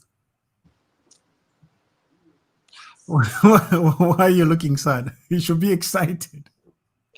Okay. You don't know why I'm sad. I'm in school, and this is my final year. This is your final year, and because I also remember, I know you as a student. You're quite brilliant at school. Yeah. And you don't want to know what happened to me in this the previous semester. The previous semester before the event, I had 2 B's. Because the stress was loading. Oh, I'm sorry about that. Some people celebrate when they have a baby, but for you, it's a disappointment. However, I think everything worked together for the good of those that love the Lord. So I got two B's, but I got a crown, and I got a worthy crown. You get a worthy crown. Yeah. So now let's get back to those A's, and you nail it. But you're going in October, 1st of October, you're going to South Africa. Where in South Africa? Or you are not supposed to say it? Yeah. Where in South Africa are you going? Johannesburg. You're going to Joburg. In Johannesburg. I think the same sentence city, because I said something that is close to that. But I'm not certain yet. I'm supposed to meet with my organizer probably before this week comes to an end, because we have to do the turnover ceremony where they have to turn on to me my prizes. And the prizes include official car, brand ambassadorial deals. Yeah. Okay, Steve, you have to come back on the show after you receive all those things. You film them all, photograph them, and send them so we could share it to the people. The rest of the world is going to be watching you. Blessing Kayam. No pressure, but the rest of the world is going to be watching you. And in the course of the year, I think I will just have more conversation with you, just catching up on what you're doing in Liberia. Maybe I'll even come down there to Liberia to film you, myself, and maybe even be part of that program that you'll be getting involved in the live stream of representing the Liberian culture to the rest of the world, because I do believe our African culture is one of the amazing continents in the world, amazing culture in the world for us to be able to acknowledge. So with that said, just to not to make the show too long, because it's already a bit long show today, but I just want to play a short video with you here, and then just be able to pick on your big brain on this one, from your role as a miss, as a queen, Your Majesty. Let's take a look at this video, and I'm curious what you're going to think about it. Okay. All right. Let me see if I can. I mean, I don't know if you get a context, but let's see. Let's just see how far we get. People in cast just do it and get turfed, or show has wrapped to be able to. I'm going to take it back and who you contribute to something increased bowl.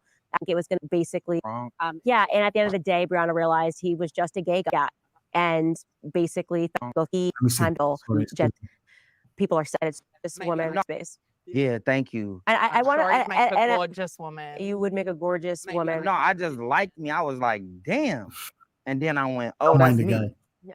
I think one of the things that when conservatives are speaking with people on this issue and people think that it's so hardcore, and some of the, I guess, belligerence that I think people are sensing, and there is a belligerence there, and the belligerence is coming from the fact that what used to be a very small minority of people who were suffering from gender dysphoria has now been mainstreamed, and it's become a social contagion. And I feel particularly responsive to it because I did sit down with a person named Brianna. I don't know if you had time to watch this interview that I did. Brianna is still identifies as transgendered. Right. He was very kind. He and I sat down, and he basically reached out to me because he, like you, decided to go through with the procedure. Things went very wrong. Brianna Ivy. It went wrong. And at the end of the day, Brianna realized he was just a gay guy, and basically fell into the trap of seeing people online, seeing these shows that were produced who made them think it was going to be this easy thing, and you were going to be happier on the other side, when the majority of the people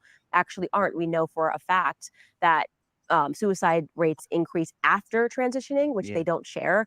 And so it feels to me, and especially, and I can ask this to you, Ray J, because you're presenting a show here and you're going to contribute to this culture of people thinking, just like Brianna Ivy did, that this is just, this is a decision, it's going to be super easy, and this is just actually who you are, and this is who you were born, and this is who you can be. And that to me is just such a demonstrable lie, and it's a lie that's hurting children. Let me just pause it there. I don't know if you get it where they're going a little bit.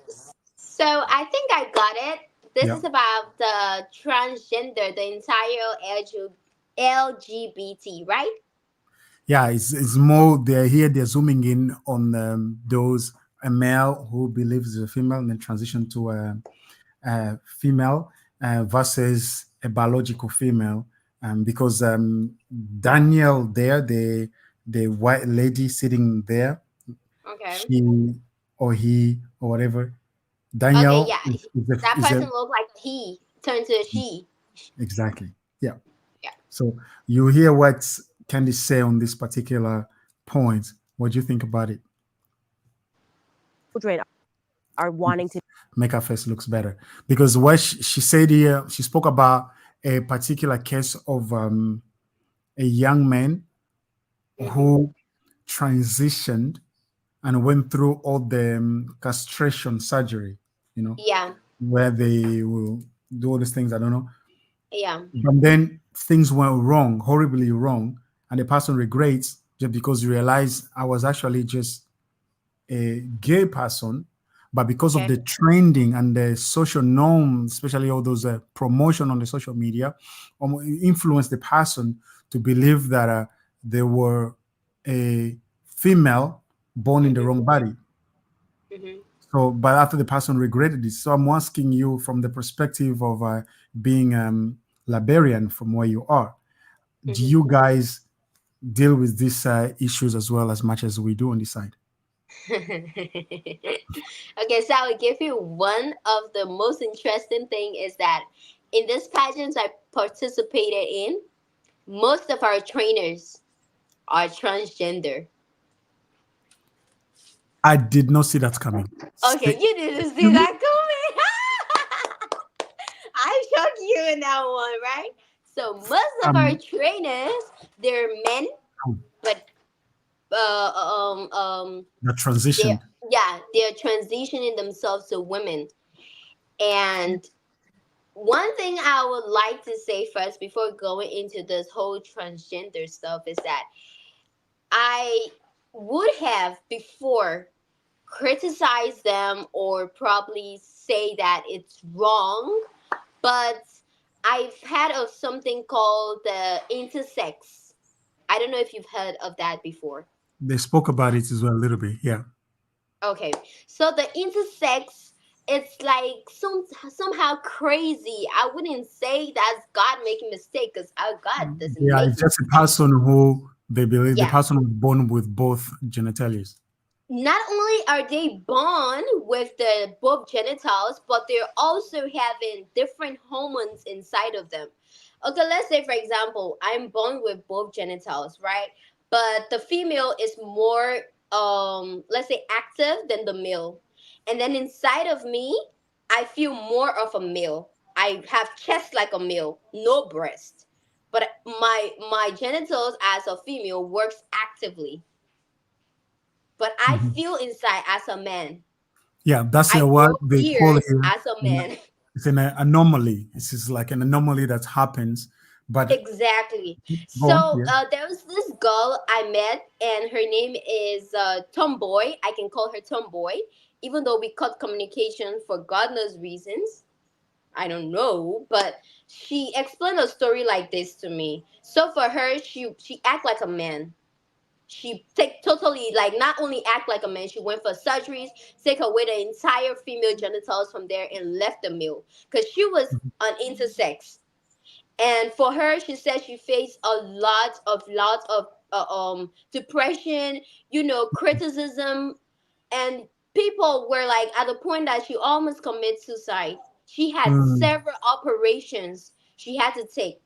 So she got in contact with one of a very, very, I would say, uh, the person. The person has this personality of a gay, and the person is a female.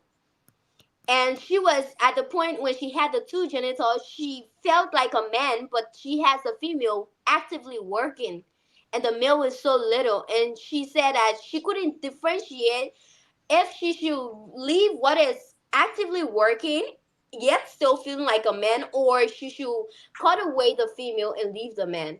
For that reason, when she got to know this guy, and the guy was like, just be you, appreciate what you feel inside, this is your heart, mhm. whatever your heart tells you at this point, go for it. And even though he was saying that, he also led her to Christ. It was like he told her that if you are finding it hard to make a decision for yourself. Maybe you think listening to your heart will not please other people. Then take it to God in prayer. You said she said to me that the guy told her, "You see me? I never listen to what people say, because if I listen to what people say, I will presently be how to call it, a man instead of a Mhm. lady, because he was portraying a lady. He's a man but portraying a lady.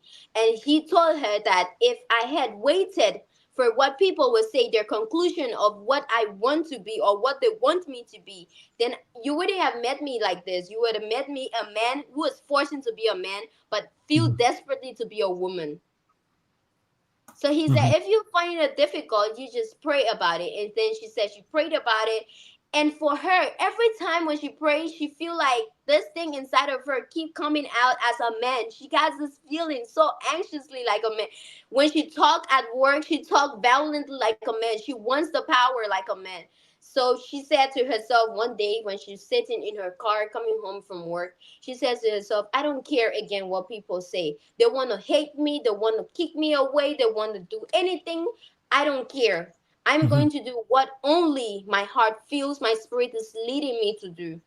And that's how she went for the several surgeries. It was not one, neither two, neither three, neither four. I mean, it's a whole lot of surgeries. You could see the Mhm. cutting marks on her stomach and all over her body, down her abdomen and everywhere. You could see the cutting marks there to tell you that it was a very, very deep operation she had to go through. But now she said that ever since she do that, she feel this is me. This is tomboy. I'm not trying to please people. I'm not trying to please the world. This is what I feel for myself, and this is what pleases me. So let Mhm. me just be this. I cannot say God make an error to create me this way. But if this is the path I need to take, I believe God Himself, He sees mercy over me and will guide me through. And now ever since she do it, she's living her normal life.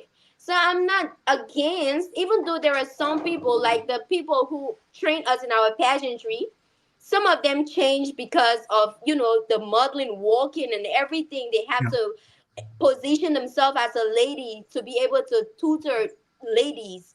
So some of them happen to be that they're just cross dressing, but most of them they are gay. Yeah, because Most that's of what them. we discuss about here today. Yeah. Some people do wear the costume of Yes. transgenderism. Why? Because of the benefits that comes with it.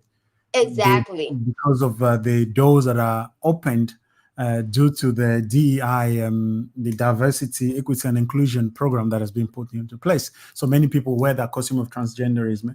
So I hear you, but the point comes to we have something called an anomaly. We have something called what you call dysphoria or gender dysphoria, an anomaly that can happen um, to certain group of people, minority group of people.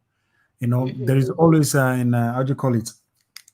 There is always there's an English word for it. I can't find it. There is always that something that happened, but there's no say because now whereby the conversation with the Candace here is that the mere fact that you call the person a transgender means they are not a biologically a female. They're not female. They're transgender female. And I like here Danielle because Danielle here says, I acknowledge that. I know that I'm not biologically a female. I'm simply a male that transitioned to a female. What do you think about that? I mean, she's just stating her facts, right? And I think her truth should be heard. And if there's a reason behind her truth, it should also be heard. Because I'm not sure she just sat down one morning and just wake up and then decided to become a transgender. It must have been something that led her through that path. There's a lady I watched on American Idol, and he was a male, and they asked him, why do you become, no, they asked him, how do you feel right now being a female. And he said that it drive away his entire family. They asked him, "Who did you come with here today?" He said, "I came with nobody, just myself." Can you imagine? And now the guys, the judges decided to ask him, "Why is it that you decided to be a transgender?" He said, "People don't understand. They just see and think that we want to be transgender because we want to merit ourselves in the world, the things of the world, to appreciate the world for what it brings out as those surgeries, those plastic surgeries, and the rest of it." But there are sometimes humans, I don't know how, we cannot say it's God though, but there are sometimes as a female, you just naturally feel like a male. And there's sometimes like a male, you naturally just feel like a female. I don't know where that feeling comes from. I cannot say either it's the devil too, because I'll be offending him kind of. You But exactly. Mm. But the point I would being, just is say, it natural or is it just a feeling? Because it I cannot be a think natural. it's It cannot be. natural because there are sometimes even in their acting, right? Even in their acting, Yeah, but the you can ones learn that that. can want to, That's something you the can ones learn. that can want to be a female, you will see Mhm. even when they're walking hands, even when they are male, they have, I mean, male genitals. That time they haven't done the transgender yet. When they are walking and they decide to be the female version of themselves, you will see they're walking, they are talking very soft like a female. Everything will be exactly like a female. So like that, the person see themselves like that, instead of person saying that, "Oh, you are a male, stop acting like a female." So they just cut it short, go for that plastic surgery, and just automatically become a female. Let me. I'm Honestly, curious. I'm curious to hear what we're gonna end this show in a few minutes, but I just want to take a small little piece from this conversation uh, of Candice here, what she's gonna and add. honestly, sometimes then this can be depressing for them, because once they decide like to turn out to that kind of person, they have a lot of families that will leave them, Yeah, but do you know friends that will. why? Listen, do you know why it can be depressing? Let me just. It's because Yeah. this it can be sometimes depressing because it is it's not natural. It's a natural thing that happens. So especially in the African culture, they're not used to this. This is a norm that is just coming up more and more and more nowadays. You know, it is not it is not something that you have to ask your dad or your mom to say, you know what, hey, I've just chose to become this today, and you people have to accept me for who I am. In Africa, it's like they're not used to it. You know what I'm saying? So what I'm saying with this is it is a natural thing, and it's okay for us to acknowledge that. Yes, sometimes it goes to the extreme where a lot of actions are being taken out of hands, out of control, which doesn't help anyhow because it does not even help the person to. It does not help the person in any way or shape or form. So we need to just learn how to have conversation, how to have discourse about this topic in the way Mhm. that, especially from a Christian perspective. But we need to understand also that there is the truth. It is not relative. Truth is absolute, and the truth is what God says. The truth is. The truth is not what the society says, what the government says, or what the culture says. The truth is literally what God says, And and there. also we should not forget the Bible says that, "Do not judge, so you will not be judged too," because your sin can be worse than the person that is even a transgender. Well, that, I don't think that's necessarily the context of that scripture because Of if you course, read it that's the further, no. Honestly, for me, I would take that to be the context of it, because there are a lot of people that be saying that, "Oh, transgender, they are turning the creation of God to something else. God created you as a man, and then you're changing to a female. God created as a female, and you're changing to a man." They don't understand. Honestly, I'm not saying what they're doing is right. Don't get me wrong. I am not being on any side here. But all I'm saying is rhyming closely to yours, whereas they need to be given an ear. They need to be heard, not just push them away like that. Sometimes even when they haven't changed yet completely, like they haven't done the surgery yet. There's a guy presently, my trainer. He was into gay business, right? But God saved his life. He had a very bad operation which almost led to his life, and God saved his life. And from there, he stopped being a gay. Automatically, he's into ladies very much right now. You got delivered. I think, but that's what I'm saying. There, we need to also keep that door open. The possibility of saying Open, that yeah, to God accept them, is listen to able. them. Yeah. Yes, but acceptance does not equal affirmation. Uh, You understand? Because Hell. often we're trying to say by accepting we need to affirm, but it's not one into the same. But we just need to keep that door open of saying that God is able, and then let's allow God, let's give him space also to intervene here. That's why the scripture is say, do not judge lest you be judged. But the Bible is not saying that you should not judge. Actually, the Bible is setting a standard of how you should judge, because God called us to judge all things. Because the guy said, you who are in the light, you are called to judge everything that is in the dark. So, but God is asking us, don't judge hypocritically. Whenever you judge, make sure you do not say, hey, you cannot be doing that while behind your back you're doing exact same thing. That's what the God, because now you're calling judgment Exactly, that's on what I'm yourself. saying. There are some of these people, like, okay, there was an incident that happened in Liberia recently. I think it hasn't even been a month ago. There were two pastors. No, one pastor caught with a trainer, a gym trainer. His sex tape was posted on the internet. He was caught Mm, having an affair, yeah, sexual mhm. intercourse with a gym trainer.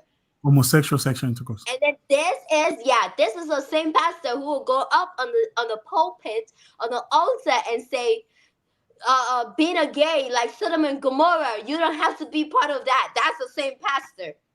So Yeah, you well, see, yeah, those but are I actually the understand people that these there is messages always go an to. exception. There is always an exception to the rule, right? There's always an exception to the rule. So, and in this context, grace and mercy is imperative for us to handle gracefully and mercifully. Okay, and that's why I believe this type of conversation are imperative. And don't be. The Bible said, "Do not be deceived." We should not be deceived by the world, and exactly. And also in that context is be an open person towards somebody who is lost.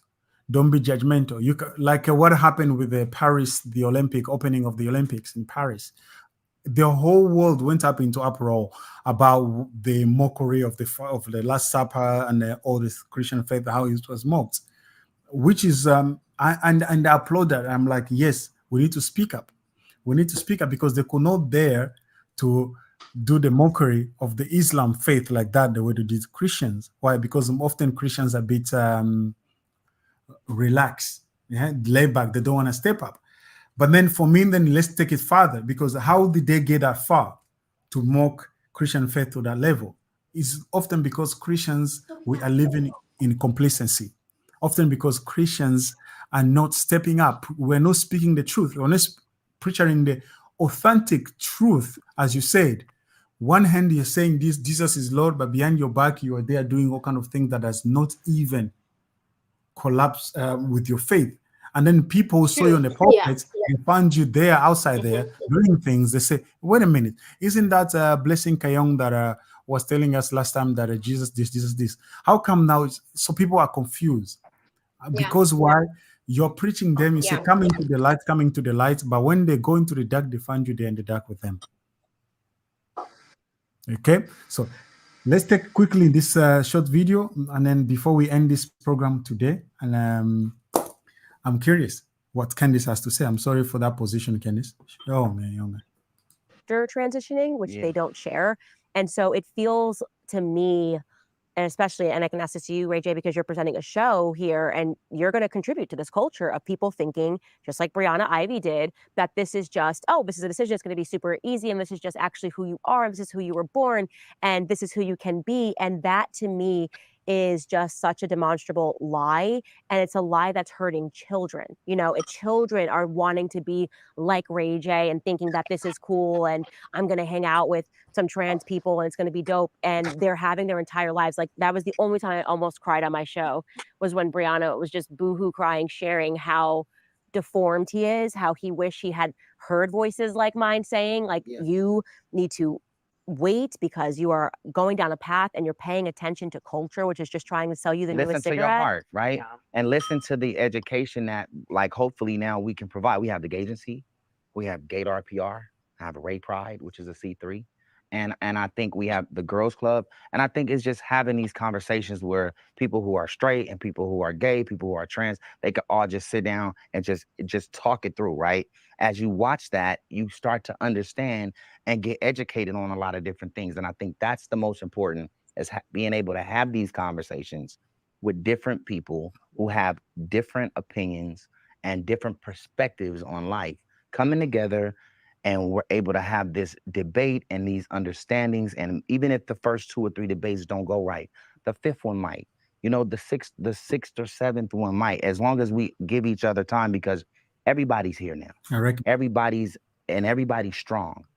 The communities are strong. You know, the LGBTQ, that shocked me and that y'all viral. But to be able to sleep uncomfortable us on to what you and debate people are, so the gap and is really strong. Yeah, and I always think being respectful is super important, and I'm grateful that you guys respect that, you know, my opinions haven't changed on the issue.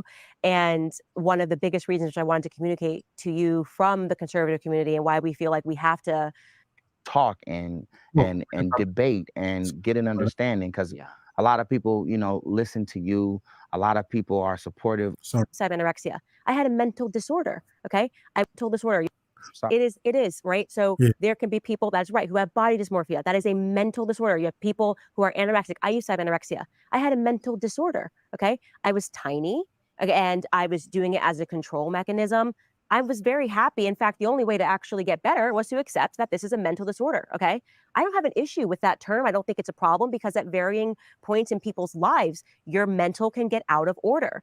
The issue when you don't acknowledge that it is a mental disorder, and you instead just insist that, like, this is a normal thing and people are born this way, means it becomes impossible to attack that person. Ideologically speaking, if you start making laws and saying this is real, then that guy who says, I'm 63 years old and I believe that I am 12 on the inside, I never grew up, this is who I am, Peter Pan, send me to Neverland, and he molests another girl, and he goes into the courtroom and he says, no, I'm 13. Objective reality is what I feel, right? It's how I feel on the inside. And I actually, Your Honor, feel that I'm actually 16. That's against the law. Now, here's a question. Here's a question. But this is why we have to be a guard, and this is, I'm speaking now on behalf of conservatives. We have to be a guard, and we have to say objective reality exists, okay? Objectively speaking, bipolar, it's a disorder. Anorexia, it's a mental disorder. Transgenderism, body dysmorphia is a mental disorder. These are all mental disorders, right? And no, anorexia is a mental disorder. Being trans is not a mental disorder. So we have to stick to the facts. It is not anorexia. So if someone believes they're fat and actually they're skinny, you say you have a mental disorder. I got a good question. But you're saying that you are a male, you believe you're a woman, and that's not a mental disorder. I'm just being specific. Trans and anorexia, mental disorder and not mental disorder. The APA, you only have to ask the APA. These are trained psychiatrists. And I understand that conservatives all want to say that's to fill an objective, but at the end of the day, it is what it is. Well, they just updated we're not that a mental disorder. In the last couple of years. Like, yes, exactly, because it was literally a mental disorder. But it was misinformation. Okay, you get that last point. I just wanted to make it because she advocates of transgenderism and not being a mental disorder. But it has always been a mental disorder till just recent year. That's when it was changed to something else. But it has always been a gender dysphoria. So, okay, what did you want to say? For me, I think that it's either ways. I cannot choose whether it's not a mental disorder or a mental disorder, because sometimes it's a mental disorder, and why sometimes it's not. Sometimes it's just people following the cultures of the world. Yeah, but that's the definition of mental disorder as well. Because what would you? So you mean somebody faking it? Somebody? Because if you go with the culture of the world, doesn't mean you're faking it. You're not being real. You're just wearing the costume again. Exactly. So that's also sometimes they're being pushed at it. Like, okay, if I'm just dressing right? Just to follow the culture of a transgender, like not transgender but a gay. I'm just Mhm, dressing because okay, my profession as a mhm, model, I'm a model trainer, and I have to, be able to walk so that I can teach the people that I'm teaching how to walk so they walk the right way. And then because mhm. of that, people started calling me gay when I'm not gay. I have my girlfriend, I have my good relationship going on, but because I have to pose and walk like a, like a lady, everybody started to call me gay. You know, And then this other person oh who works dear. in the same industry walk up to me and say, I see you're nice, can you be my girlfriend? Since, yeah, he's playing the female part, so right away they get pushed. They say, okay, they're already calling me gay, so let me be gay then. That's when the mental disorder come in. People are already saying it, let me just do it. No, that I think that's for me will be um, indoctrination. That's what you call indoctrination. You've been indoctrinated into believing something that is not. Is almost almost yeah. You've been schooled into something. You've been forced into something that is not true, and you went with it to please the masses because of, and that's wrong. That's definitely wrong. And if anybody's in that capacity, I just encourage them to find somebody to speak to who can be able to encourage them otherwise, because we are not allowed, okay, we cannot be forced into becoming something that we are not, just to fit in. But mental disorder often is something that are like what they say, anorexia. If you're suffering from anorexia, you are fat and you believe you're thin, or you're thin and you believe you're fat. That's a mental illness, and it needs to be treated. And often started with the admission. You have to admit yourself that I am struggling with this, because the reality is, the truth actually is that you are skinny, but in your self-indulged reality, you perceive that you are fat.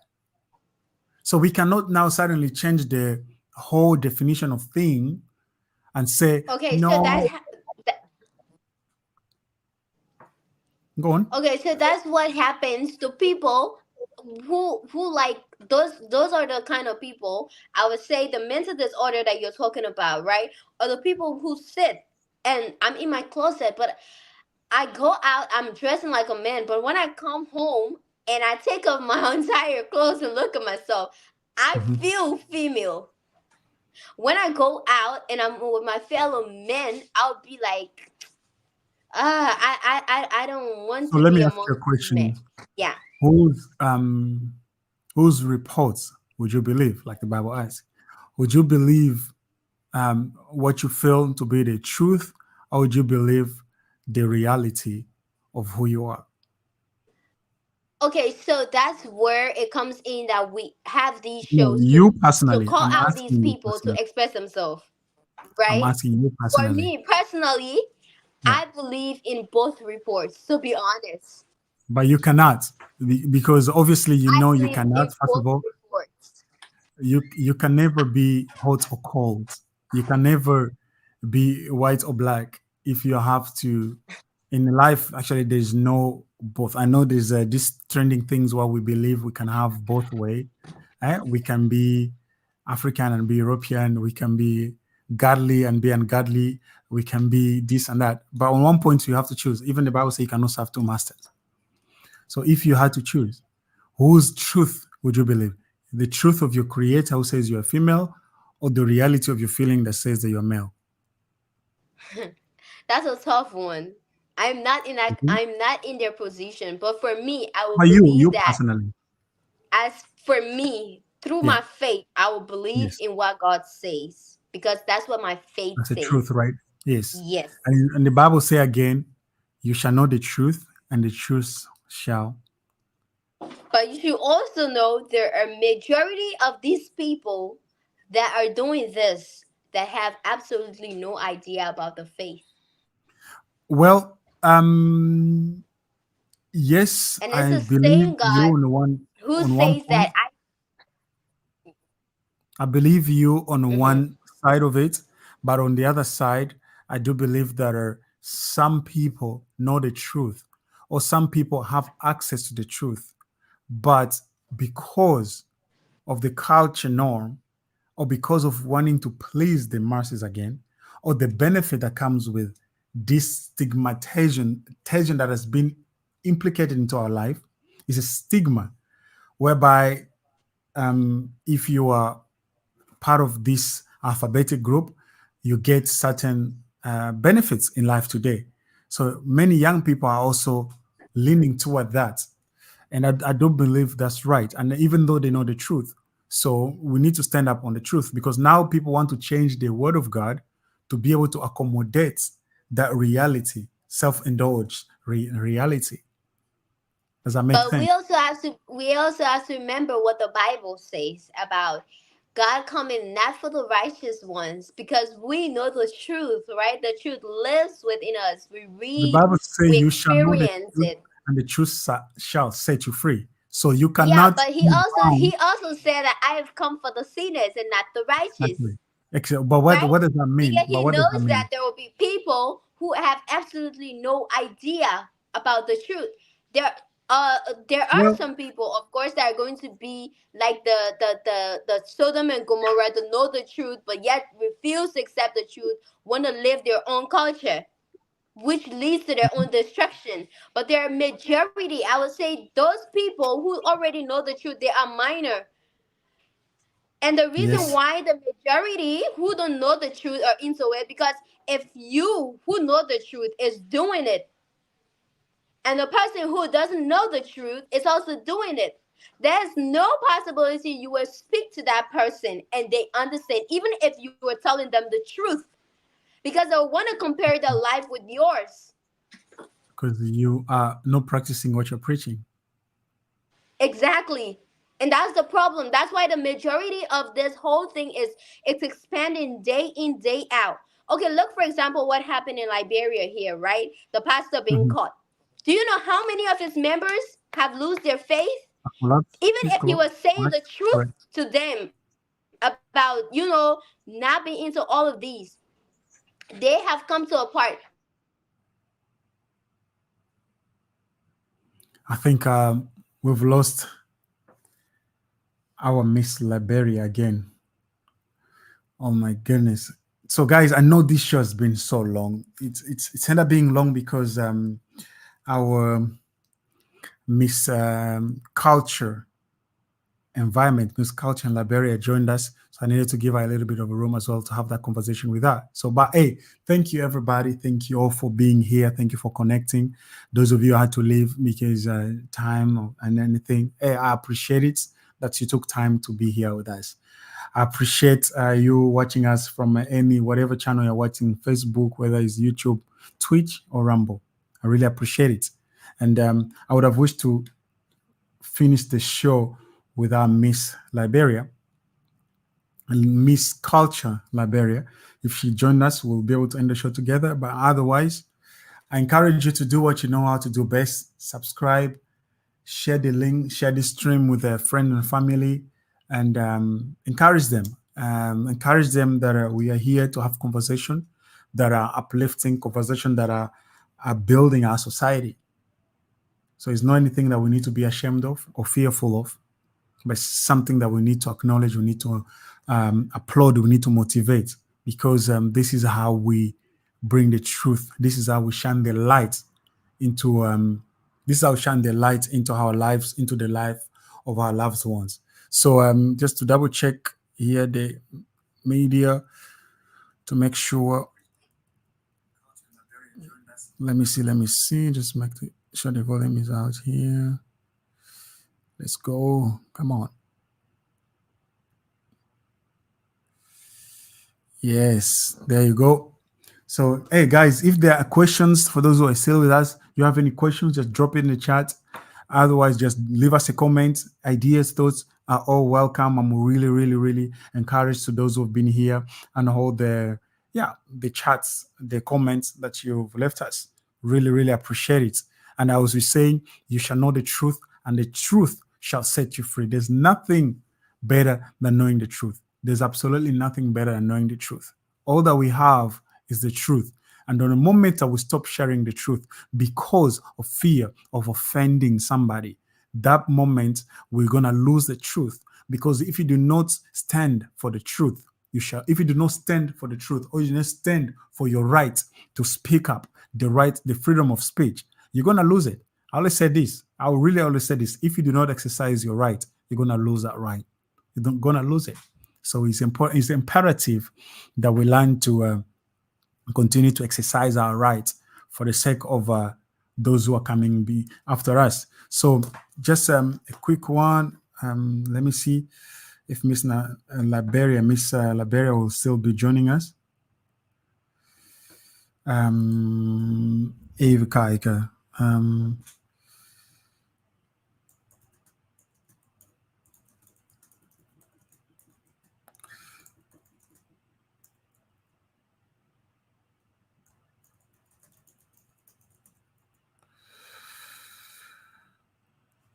Let me see. A message.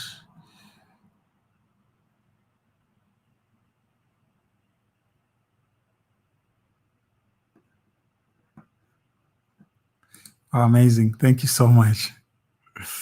Thank you. Dankjewel. Ja, geweldig.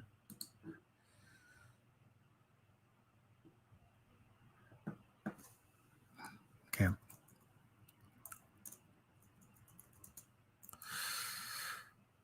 Yes, amazing.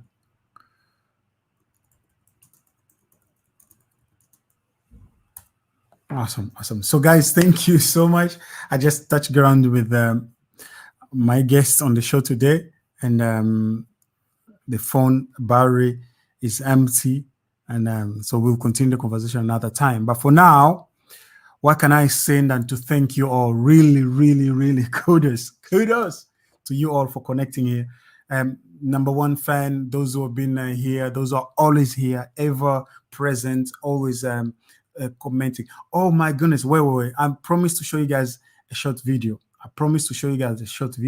So I'm just going to show you this short video before we end the show, because I believe this is also a very good one. Let me see. I'm going to do this. Yes, I think I know I'm going to do it. So let me show you guys a short video that I promised to show you guys. Hey, check this out. Let me know what y'all think. Let's see. Here it is. My name is Matt Walsh, and I've written a book called Johnny the Walrus. This book is about identity and imagination. He identifies as a walrus, and his mom's a little silly. She takes it seriously and thinks he really is a walrus. So she went on her phone, and there are people telling her that this isn't pretend. He's really a walrus. And his mother takes him to the doctor to have him surgically transitioned and gets him walrus hormone pills, and then eventually tries to drop him off at a zoo to live with other walruses, not only topping the Amazon charts. My book has taken the world by storm. Check it out. Now let's take in the next video quickly as well, because this is so powerful. Actually, just to clarify, and with all due respect, but most of what we just heard in the previous segment was total nonsense, which is why when you were pushing for definitions and that sort of thing, they were not able to provide it because it's just nonsensical. Sex, well, as human beings, we have a sex, male or female. That is a biological scientific fact. Now, gender is a linguistic term. Words have gender. People don't. That's it. That speaks by itself. So, and just to continue to just get that context right, let me just play a next video so you get it. You're saying that there should be no construct of gender, just sex. You're either male or female. Right. And someone feeling in a mental, emotional way that they don't identify with the sex that they have been biologically created as and assigned at birth based on their genitalia. If they don't feel that way, that there's no construct that describes that, experiences that. Does not change the fact. That's what he's saying. That's what he's saying. Just quickly, let me just get this done right. Yeah, so that's all he's saying. All he's saying, your feeling that don't change facts. Let's play this next. Well, that's got nothing to do with the reality. So you can feel however you want. I mean, I could sit here and say that I feel like a tomato plant, but that doesn't mean that I'm actually in those things. So your self-perception, you can have whatever self-perception you want, but you can't expect me to take part in that self-perception or to take part in this kind of charade, this theatrical production. You don't get your own pronouns, just like you don't get your own prepositions or your own adjectives. You know, it's like if I were to tell you, my adjectives are handsome and brilliant, and no matter whenever you're talking about me, you have to describe me as handsome and brilliant because that's how I identify. It makes no sense. You don't get your own pronouns. That's grammar. That's language. That sums it up. Yes. So you think it's a delusion? Someone is self-delusional. Yeah, I think it's delusion. It could be mental illness. It could be it's a lot of different things. With children, wow. You know, there's also just a basic confusion that all kids have. Like that's why when you hear a parent say, "Oh, my 4-year-old son came to me and said that I'm a girl now, and so that's what I'm gonna raise him as a girl." No, you're 4-year-old. I have 4 kids. When a 4-year-old boy comes to you and says, "Oh, I'm a girl," here's a good follow-up question: what is a girl? Ask him what he means by that. What do you mean by girl? And when you ask him that, here's what he'll tell you. He will tell you what he really means is that he wants to do some of the things that girls do, like play with the dollhouse, or you know, he likes the color pink. That's fine. Play with the dollhouse, but you're still a boy. Wow, I think this is a perfect way to end the show of today with this conversations, you know. So yeah, I have no personal, of course I have personal opinion, but I'm not going to give it on this particular topic. And I just believe that yeah, we need to have this conversation. I've been streaming for how long? My goodness, 2 hours.